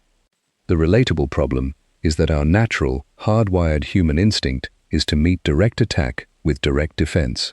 We live in a highly reactive landscape where professional critiques, personal insults, and strategic opposition hit our nervous systems with white-hot intensity, causing our analytical minds to immediately enter a high-friction state of fight-or-flight panic. When a client attacks our pricing, a boss questions our capability, or a competitor challenges our integrity, we run around trying to scramble for immediate evidence to prove them wrong. We prepare massive defensive presentations, we write long emotional email responses, and we try to force them to see our side of the story through sheer argumentative pressure. We overthink the attack, believing that if we remain silent or fail to hit back instantly, the world will judge us as weak or guilty, completely blind to the reality that our frantic defensiveness is the exact psychological signal that confirms our vulnerability and gives our attacker absolute control over the emotional environment. Psychologically, the aggressive mind operates on the mechanics of kinetic feedback. The primary goal of an attacker is to trigger an immediate, high-friction defensive reaction that shatters your emotional composure, forces you onto your back foot, and exposes your underlying insecurities to the room. The moment you offer a direct defense, arguing the points, denying the accusations, or attacking their motives, you validate their strike, elevate their critique to a position of legitimate threat, and allow them to dictate the coordinate of the battlefield. However, when you execute an absolute absorption strategy, you completely neutralize their kinetic trajectory.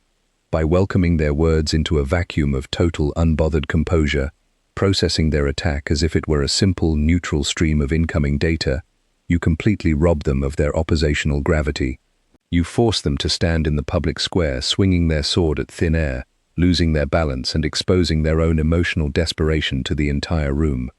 To master the architecture of absolute absorption, you must completely separate your core self-image from the volatile noise of external critique. You must view verbal and strategic attacks not as a threat to your survival, but as a simple wave of kinetic energy that can be effortlessly absorbed, neutralized, and redirected back into their own system. When an adversarial actor steps onto your territory with their weapons drawn, expecting a head-on collision, you do not raise your shield. You open the perimeter, let their energy rush past you into an empty space, and look at them with the calm, detached curiosity of a scientist studying a specimen under a microscope.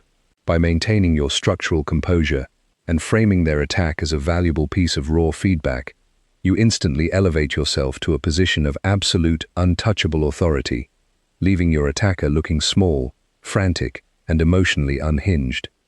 Imagine you are an elite, mythic martial arts grandmaster standing at the center of a training ring, challenged by a young, hyper-aggressive, and muscular fighter who wants to prove his superiority by destroying your legacy. The young fighter lunges forward with maximum velocity, throwing a heavy, high-powered punch directly at your face, putting his entire body weight and emotional rage into the strike. If you attempt to stop the punch by bracing your muscles and meeting his fist head-on with your own block, the massive kinetic impact will rattle your frame, potentially breaking your wrist and leaving you vulnerable to his next attack. A sovereign grandmaster does not fight the force. He steps back an inch, catches the fighter's extended wrist with a gentle, fluid motion, and applies a subtle downward pressure, using the fighter's own massive forward momentum to throw him face first onto the hard canvas floor.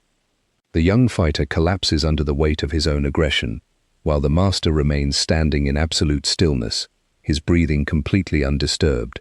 Your strategic opponent is that frantic fighter. Your absolute absorption is that fluid redirect. Let me tell you about a man named Marcus.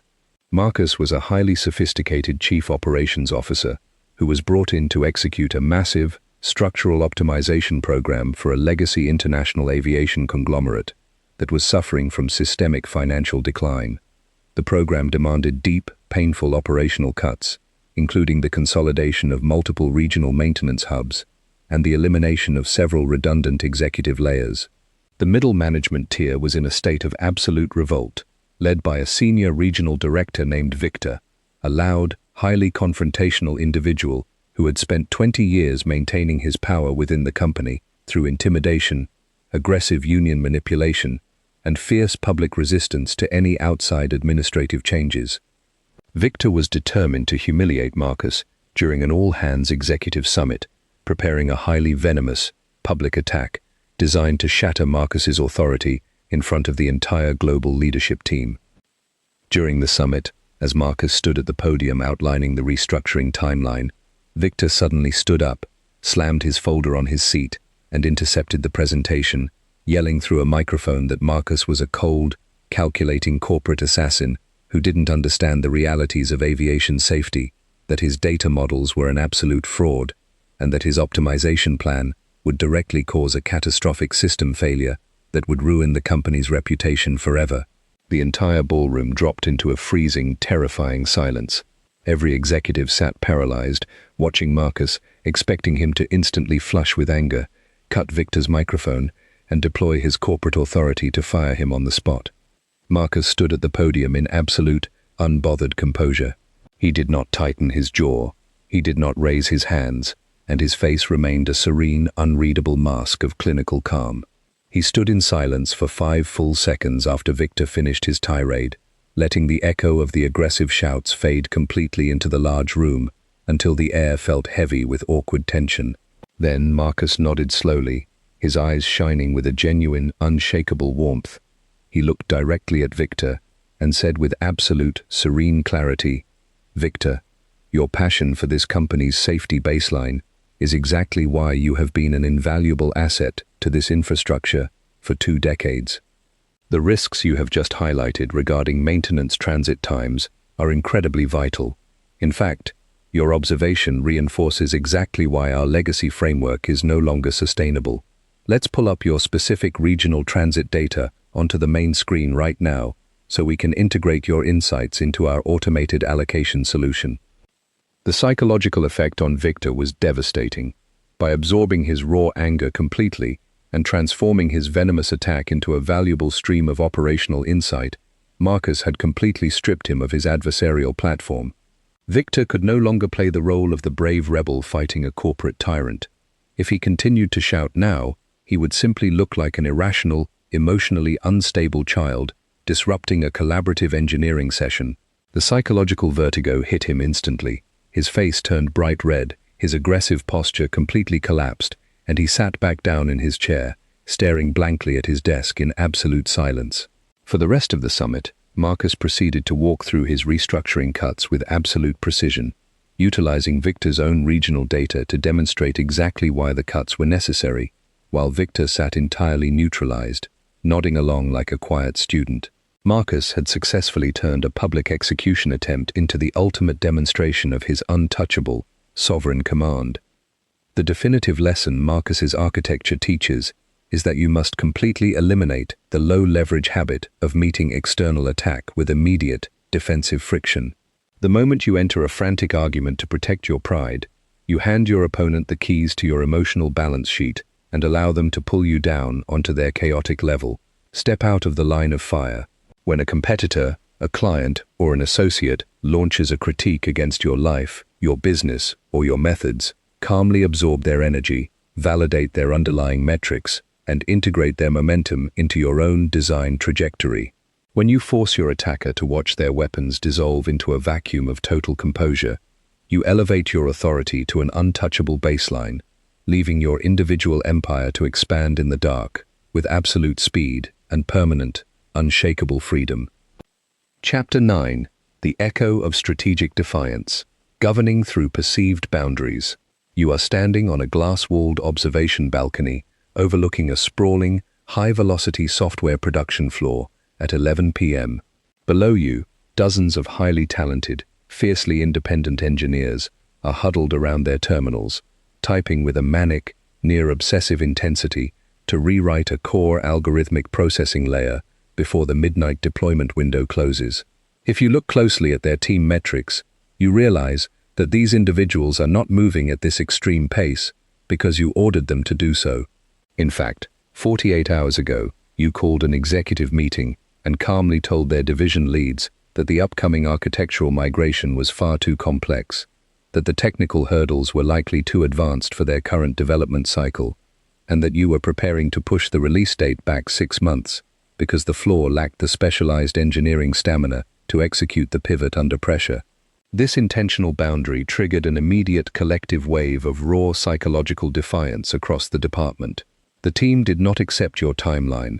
They organized an autonomous, around-the-clock development blitz to explicitly prove your assessment wrong. You realize that you are overthinking your leadership, believing that to drive an organization or an asset to a high-volume output, you must push them forward with direct motivational commands. This chapter is about learning how to position your actual strategic targets behind a wall of manufactured doubt, governing through the echo of defiance, and weaponizing the natural human compulsion to break through boundaries. The relatable problem is that the modern operational environment has completely broken the utility of direct corporate management. We live in a highly skeptical, decentralized cultural landscape where individuals, particularly top-tier creative minds, elite technical assets, and independent operators, possess a deep-seated instinctual aversion to traditional top-down authority. When a manager stands in front of a team, bangs their hand on the podium, and issues a direct command to increase production or hit an aggressive new timeline, they trigger an immediate, unspoken wall of friction. The workers automatically translate the direct order into a low-leverage narrative of exploitation, reacting with passive-aggressive foot-dragging, sudden drops in morale, and a systemic resistance to the company's long-term goals. Leaders overthink this resistance, trying to solve it by bringing in high-priced motivational speakers or creating complex, metric-driven incentive programs, completely blind to the reality that their loud, direct demands are the literal mechanism causing the organization's forward velocity to freeze. Psychologically, the human mind treats any explicit, top-down command as an uninvited restriction on its individual sovereignty. The moment an authority figure draws an absolute line and says, "You must execute this objective by this specific date," the biological alarm of psychological reactance fires across the target's nervous system. Their primary focus shifts from the actual work to a defensive, unconscious urge to push back against the line, to prove that their individual will cannot be owned or directed by an outside force. An elite strategist operating on a billionaire blueprint does not attempt to fight this psychological reflex. They treat it as an exceptionally reliable kinetic propulsion system. They understand that if human beings are hardwired to push against boundaries, the ultimate way to move them forward is to place the boundary directly behind your actual goal. You do not demand that they climb the mountain. You simply tell them that the mountain is far too steep for their current strength, and watch as their pride drives them to conquer the peak, just to throw the victory in your face. To master the architecture of strategic defiance, you must completely step off the direct line of authority, shifting your managerial style from visible pressure to structural inversion. When you need a high-leverage asset or a complex collective to execute a massive, high-intensity workload, you do not beg them for commitment, and you do not offer desperate enticements. Instead, you adopt a posture of calm, clinical skepticism regarding their current capacity, framing the target objective as an elite, restricted tier of execution that is likely beyond their operational reach. You speak of the challenge with a detached, professional neutrality, dropping the boundary into their environment like a solid stone wall. The moment the collective ego senses the restriction, their natural desire to defy the authority architecture unifies them, transforming their raw contrarian energy into a self-directed, hyper-focused engine that smashes through your artificial barrier and delivers your exact strategic objective with absolute speed and zero managerial friction. Imagine you are an elite military contractor tasked with testing the structural durability of a newly engineered, high-security armored transport asset inside a highly volatile tactical environment. If you gather a crew of rough, highly competitive mechanics, point to the vehicle, and give them a direct command to spend their weekend hitting the chassis with heavy sledgehammers to test the armor, they will perform the task with absolute boredom and minimal effort, swinging the hammers half-heartedly while counting down the minutes until their shift ends. A sovereign master does not issue the command. He parks the armored vehicle in the center of the workshop, locks the bay doors, and affixes a large, heavy steel padlock to the ignition column. He turns to the mechanics and says with a dismissive shrug, "This new experimental chassis is constructed from an advanced alloy that is far too delicate for this facility. If you guys touch it or mess around with it, you'll easily crack the frame. Leave it alone. It's meant for an elite division that knows how to handle high-precision tech." The master leaves the workshop for the weekend. The mechanic's fierce tribal pride is instantly insulted by the implication of their clumsiness.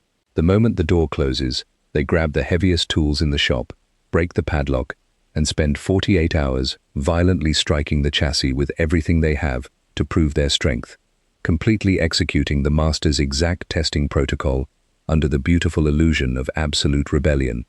Your business goal is that armored vehicle. Let me tell you about a man named Christian. Christian was an exceptionally sharp executive turnaround director who specialized in restructuring failing digital media production agencies. He was brought in to salvage a highly creative, deeply cynical content development firm that had fallen into an existential state of operational stagnation. The firm's core assets were a team of brilliant, highly eccentric long-form scriptwriters and video editors who viewed themselves as elite digital artists. The previous chief executive had attempted to use absolute direct force to solve the stagnation, marching into the creative studio with spreadsheets, setting rigid weekly production quotas, and demanding that the writers increase their content output by 40% to stabilize the firm's cash flow. The result was a total systemic revolt. The writers went on a prolonged creative strike, claimed extreme mental burnout, and deliberately turned in low-quality, uninspired materials that caused the firm's client retention metrics to plummet to near zero. Christian evaluated the wreckage with a cold, calculating detachment. He understood that the writers were overthinking their relationship with management, viewing any direct production quota as an existential threat to their artistic autonomy. On Christian's first day, he did not call a corporate meeting, and he did not issue a single production target. Instead, he walked into the main creative loft, pulled up a chair, and quietly reviewed their recent engagement metrics in absolute silence. Finally, he scheduled a private session with the three most influential, deeply rebellious lead writers on the team. Christian sat across from them at the wooden conference table, leaning back with a look of complete, unbothered resignation. He did not talk about efficiency or quotas. Instead, he looked at the writers and said with a clinical, detached neutrality, "Look, I've spent the week reviewing the client contracts and analyzing the current digital media landscape. The market has shifted toward high-density, multi-chapter narrative documentaries that require an immense level of historical research, structural complexity, and intense psychological density. I was initially planning to design a blueprint to position this firm at the forefront of that movement. But frankly, after looking at your recent outputs, I'm going to recommend to the board that we pivot away from premium narratives entirely. This team has spent too long writing simple, low-effort lifestyle scripts. Your creative muscles have atrophied. Writing a 5,000-word deep-dive script requires an elite level of cognitive stamina and structural discipline that I just don't think this studio has left in its tank. I'm going to advise the investors to downsize the agency and transition you into producing basic, templated promotional videos for local retail brands." The writers' expressions instantly turned white with absolute rage. Their artistic identities, their creative pride, and their professional sovereignty had just been completely devalued by a corporate suit. The internal alarm of psychological reactance fired across their collective consciousness, with a deafening frequency. The lead writer leaned across the table, his eyes flashing with defiance, and growled, "Templates? You think we can only handle retail promotional videos? We are the ones who built the foundational voice of this agency, and we can outwrite any narrative studio in the industry. Give us your documentary blueprints. We will produce 3 complete, 5,000-word multi-chapter scripts within the next 14 days, just to show you that your data models don't know a damn thing about our creative stamina." Christian looked down at his folder, carefully maintaining a mask of heavy, reluctant doubt. He sighed slowly. "I don't know, gentlemen. It's too much of an operational risk. If I give you the blueprints and your execution falls apart under the workload, it compromises my timeline. Let's just stick with the retail templates." The writers practically tore the documentary design frameworks out of Christian's hands, marching back into the creative loft in a state of absolute, unified fury. Within 12 hours, the studio was transformed into a hyper-focused operational engine. The writers were staying late into the night voluntarily, self-policing their formatting errors, and collaborating with the editing teams with a manic velocity no corporate manager could have ever enforced, through direct commands. They delivered 3 flawless, high-density narrative scripts ahead of schedule, slamming the files onto Christian's desk with an air of immense, triumphant defiance, celebrating their achievement as a massive victory over his corporate skepticism. They were completely blind to the reality that they had executed his exact strategic blueprint to the absolute letter. Christian had successfully weaponized their defiance, transforming their psychological resistance into the primary engine of his firm's commercial salvation. The definitive lesson Christian's architecture teaches is that you must completely eliminate the low-leverage habit of begging or demanding effort from an independent collective. The moment you show your hand and tell a team exactly how hard you need them to work, you hand them absolute leverage over your timeline. You invite them to punish you by withholding their performance. Step off the direct line of command. Look at your organization's psychological profile, locate their primary source of creative or professional pride, and position your high-velocity targets behind a wall of manufactured doubt or disqualification. When you force the asset to break through your boundaries to prove their sovereign capability, you strip them of their defensive leverage, transforming their psychological immune response into a high-powered, self-guided propulsion mechanism that expands your individual empire with total precision and absolute speed. To implement the echo of strategic defiance protocol immediately, perform a decisive operational shift in your management and leadership environments today. Identify the key projects, timelines, or performance goals where your team or your contractors are currently demonstrating sluggishness, passive resistance, or low morale. Instantly cease all motivational speeches, performance reminders, and direct administrative pressure. Take a step back, adopt a posture of calm detachment, and state clearly to the group that after reviewing the structural requirements of the goal, you have concluded that the project is likely too intense, too complex, or too demanding for their current operational scale, and that you are preparing to reallocate the file to an outside vendor. Close the meeting, drop the conversational overhead to 0, and let the sudden weight of your manufactured doubt trigger their hardwired pride. And then, an extraordinary sense of quiet, predatory confidence will anchor your leadership execution. You will look at the frantic, micromanaging leaders of the mainstream business marketplace with a sharp, detached clarity, recognizing that the most powerful way to direct human energy is to forbid it from standing still.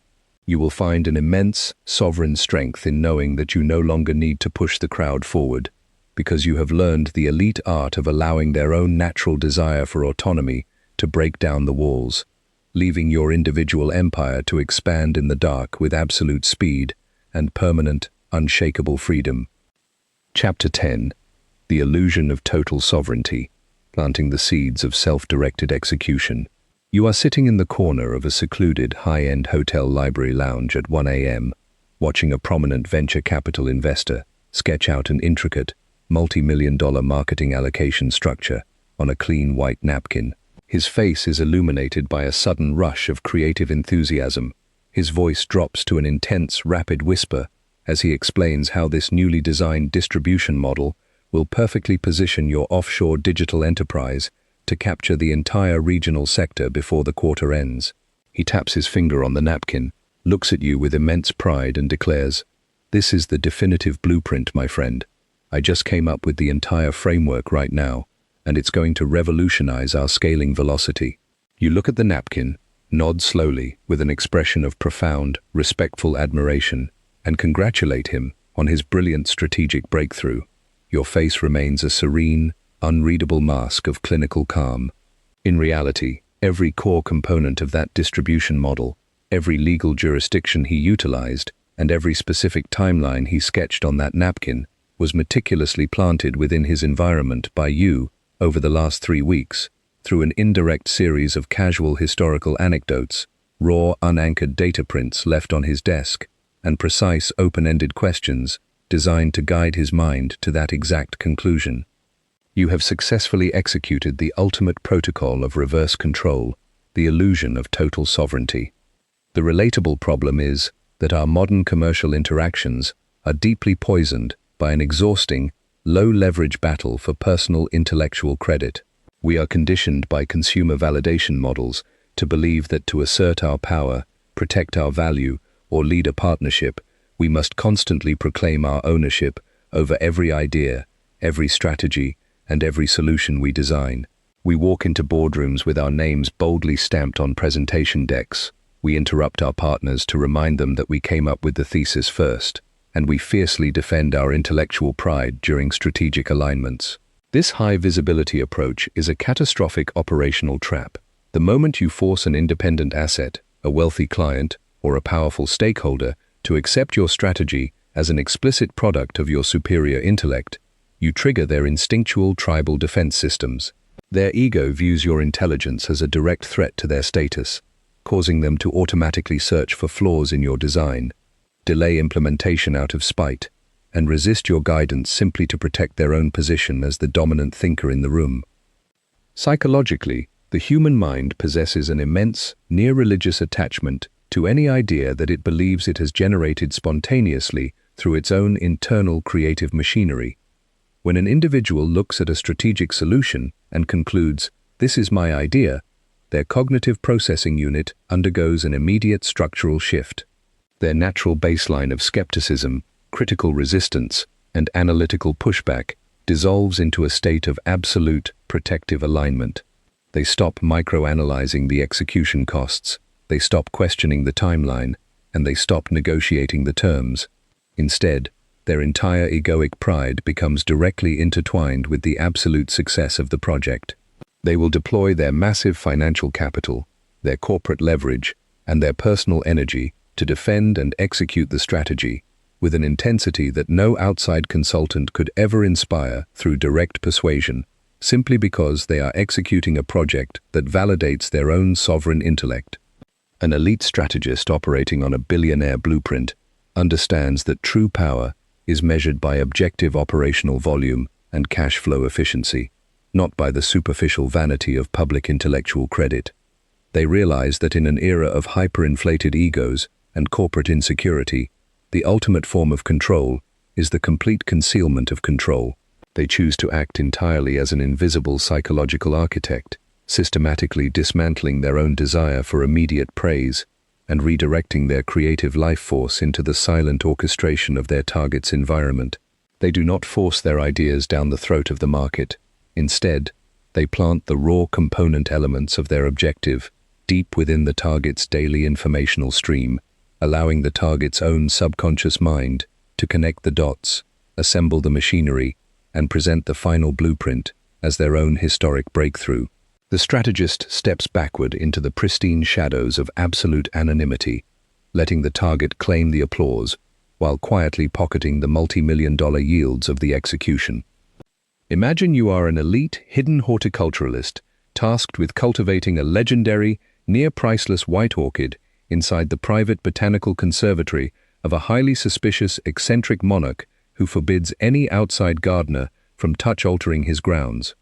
If you march into the palace through the front gates, carry a fully grown orchid in a decorated clay pot, and tell the monarch, "Look at this beautiful flower I have grown for you.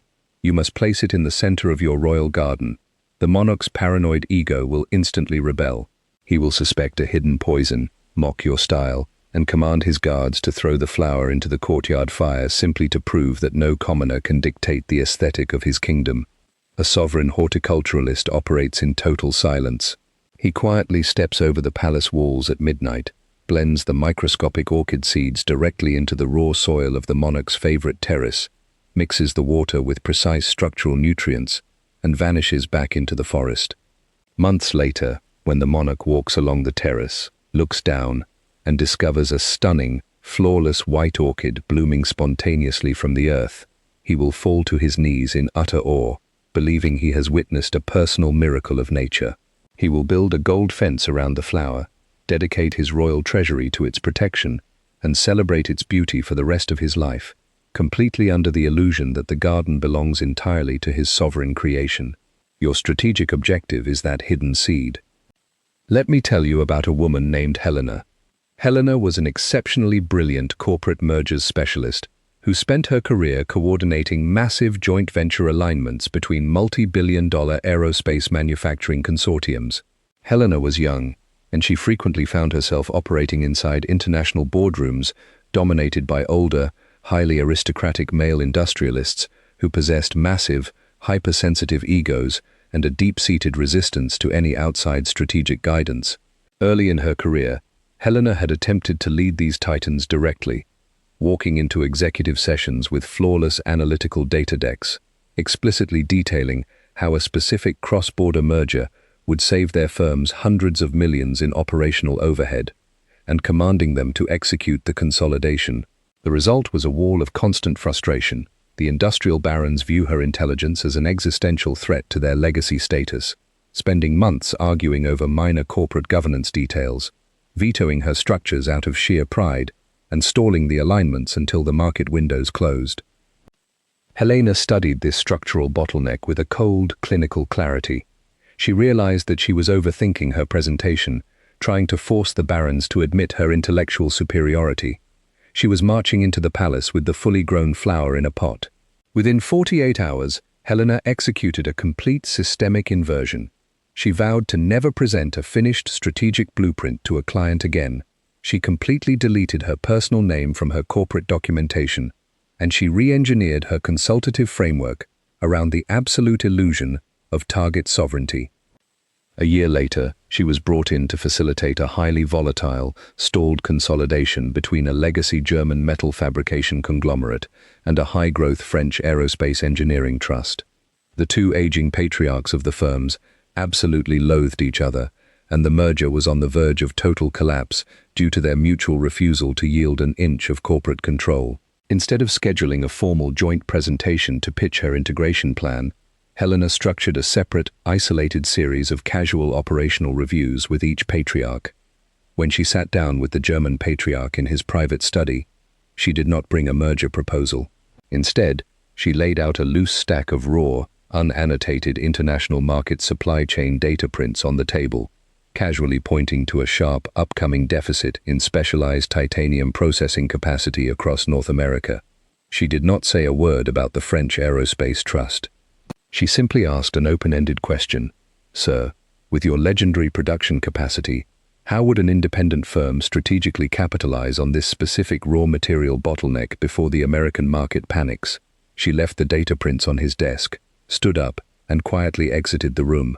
3 days later, she visited the French patriarch, casually sharing a historical case study regarding how a 1990s Swiss industrial alliance had utilized a localized administrative holding shell to completely bypass cross-border taxation structures, leaving the research files on his nightstand without a single word of personal commentary. The psychological seeds spent 2 weeks quietly germinating within the subconscious processes of both patriarchs. The raw data prints and historical models drifted through their minds until their individual egos connected the dots, fusing the pieces into a single, comprehensive strategic solution. At the next joint executive assembly, the German patriarch suddenly slammed his fist on the table, leaned across the room, and presented a revolutionary, spontaneous breakthrough that he claimed to have engineered over the weekend, a comprehensive cross-border merger with the French trust, structured through a localized administrative holding shell explicitly designed to capture the North American titanium processing sector. He looked around the room with immense pride, daring anyone to challenge his brilliant ancestral foresight. Helena sat in the corner of the boardroom in her unbranded black attire, her face a mask of absolute, serene validation. She did not say a word about her data prints. She did not remind the board that she had planted the titanium case study. She did not claim a single percentage of intellectual ownership over the plan. Instead, she leaned forward, smiled warmly at the patriarch, and said with total gravity, "Sir, this structural architecture is an absolute masterclass in geopolitical strategy. Only an executive with your decades of industrial experience could have synthesized such a complex web of market variables into such a clean, lethal operational solution. The plan is flawless. We must execute your vision immediately." The French patriarch, viewing the plan as a brilliant adaptation of the Swiss model he believed he had discovered on his own nightstand, eagerly validated the strategy, completely dropping all his old territorial objections. The multi-billion-dollar merger contract was finalized and signed within 72 hours, with zero friction, zero delays, and absolute consensus. Both patriarchs celebrated the alignment for years as the absolute pinnacle of their own personal commercial leadership, while Helena quietly routed a massive, multi-million-dollar operational restructuring fee directly into her anonymous offshore corporate accounts, completely unrecognized by the business media, yet commanding absolute control over the landscape. The profound lesson Helena's strategy teaches is that you must completely eliminate the low-leverage vanity of chasing public intellectual credit within an independent asset network. The moment you demand that an opponent or a partner recognize an idea as yours, you invite their defensive ego to destroy the objective simply to neutralize your status. Step back into the pristine shadows of absolute concealment. Treat your mind as an invisible agricultural matrix.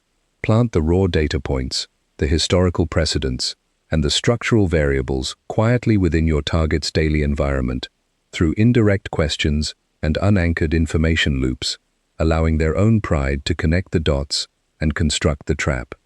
When you force the target to claim your strategic goal as their own personal breakthrough, you turn their entire egoic life force into a high-powered, unattackable engine that executes your absolute best life, with total speed and zero personal overhead. To implement the illusion of total sovereignty immediately, execute a decisive tactical shift in your ongoing professional alignments and interpersonal negotiations today. Identify the individual in your orbit, a client, an investor, or a partner, whose stubbornness or high-visibility ego is currently stalling a critical decision or project. Instantly cease all direct pitches, recommendations, and structured advice to them. Re-engineer your communications to feature a series of casual, unannotated data drops and indirect, open-ended questions designed to guide their mind to the necessary conclusion. Leave the information pieces scattered across their desk, drop your conversational presence to absolute zero, and watch as their subconscious mind assembles the puzzle and presents your exact strategic objective as their own spontaneous masterpiece. And then, an extraordinary, deep sense of mechanical power will lock into your soul. You will look at the loud, credit-chasing actors of the consumer marketplace with a calm, detached clarity, recognizing that the highest form of dominance is the dominance that leaves your targets feeling completely victorious. You will find an immense permanent leverage in knowing that you hold the keys to the intellectual architecture, allowing your individual empire to compound in the dark with absolute precision and permanent, unshakable freedom.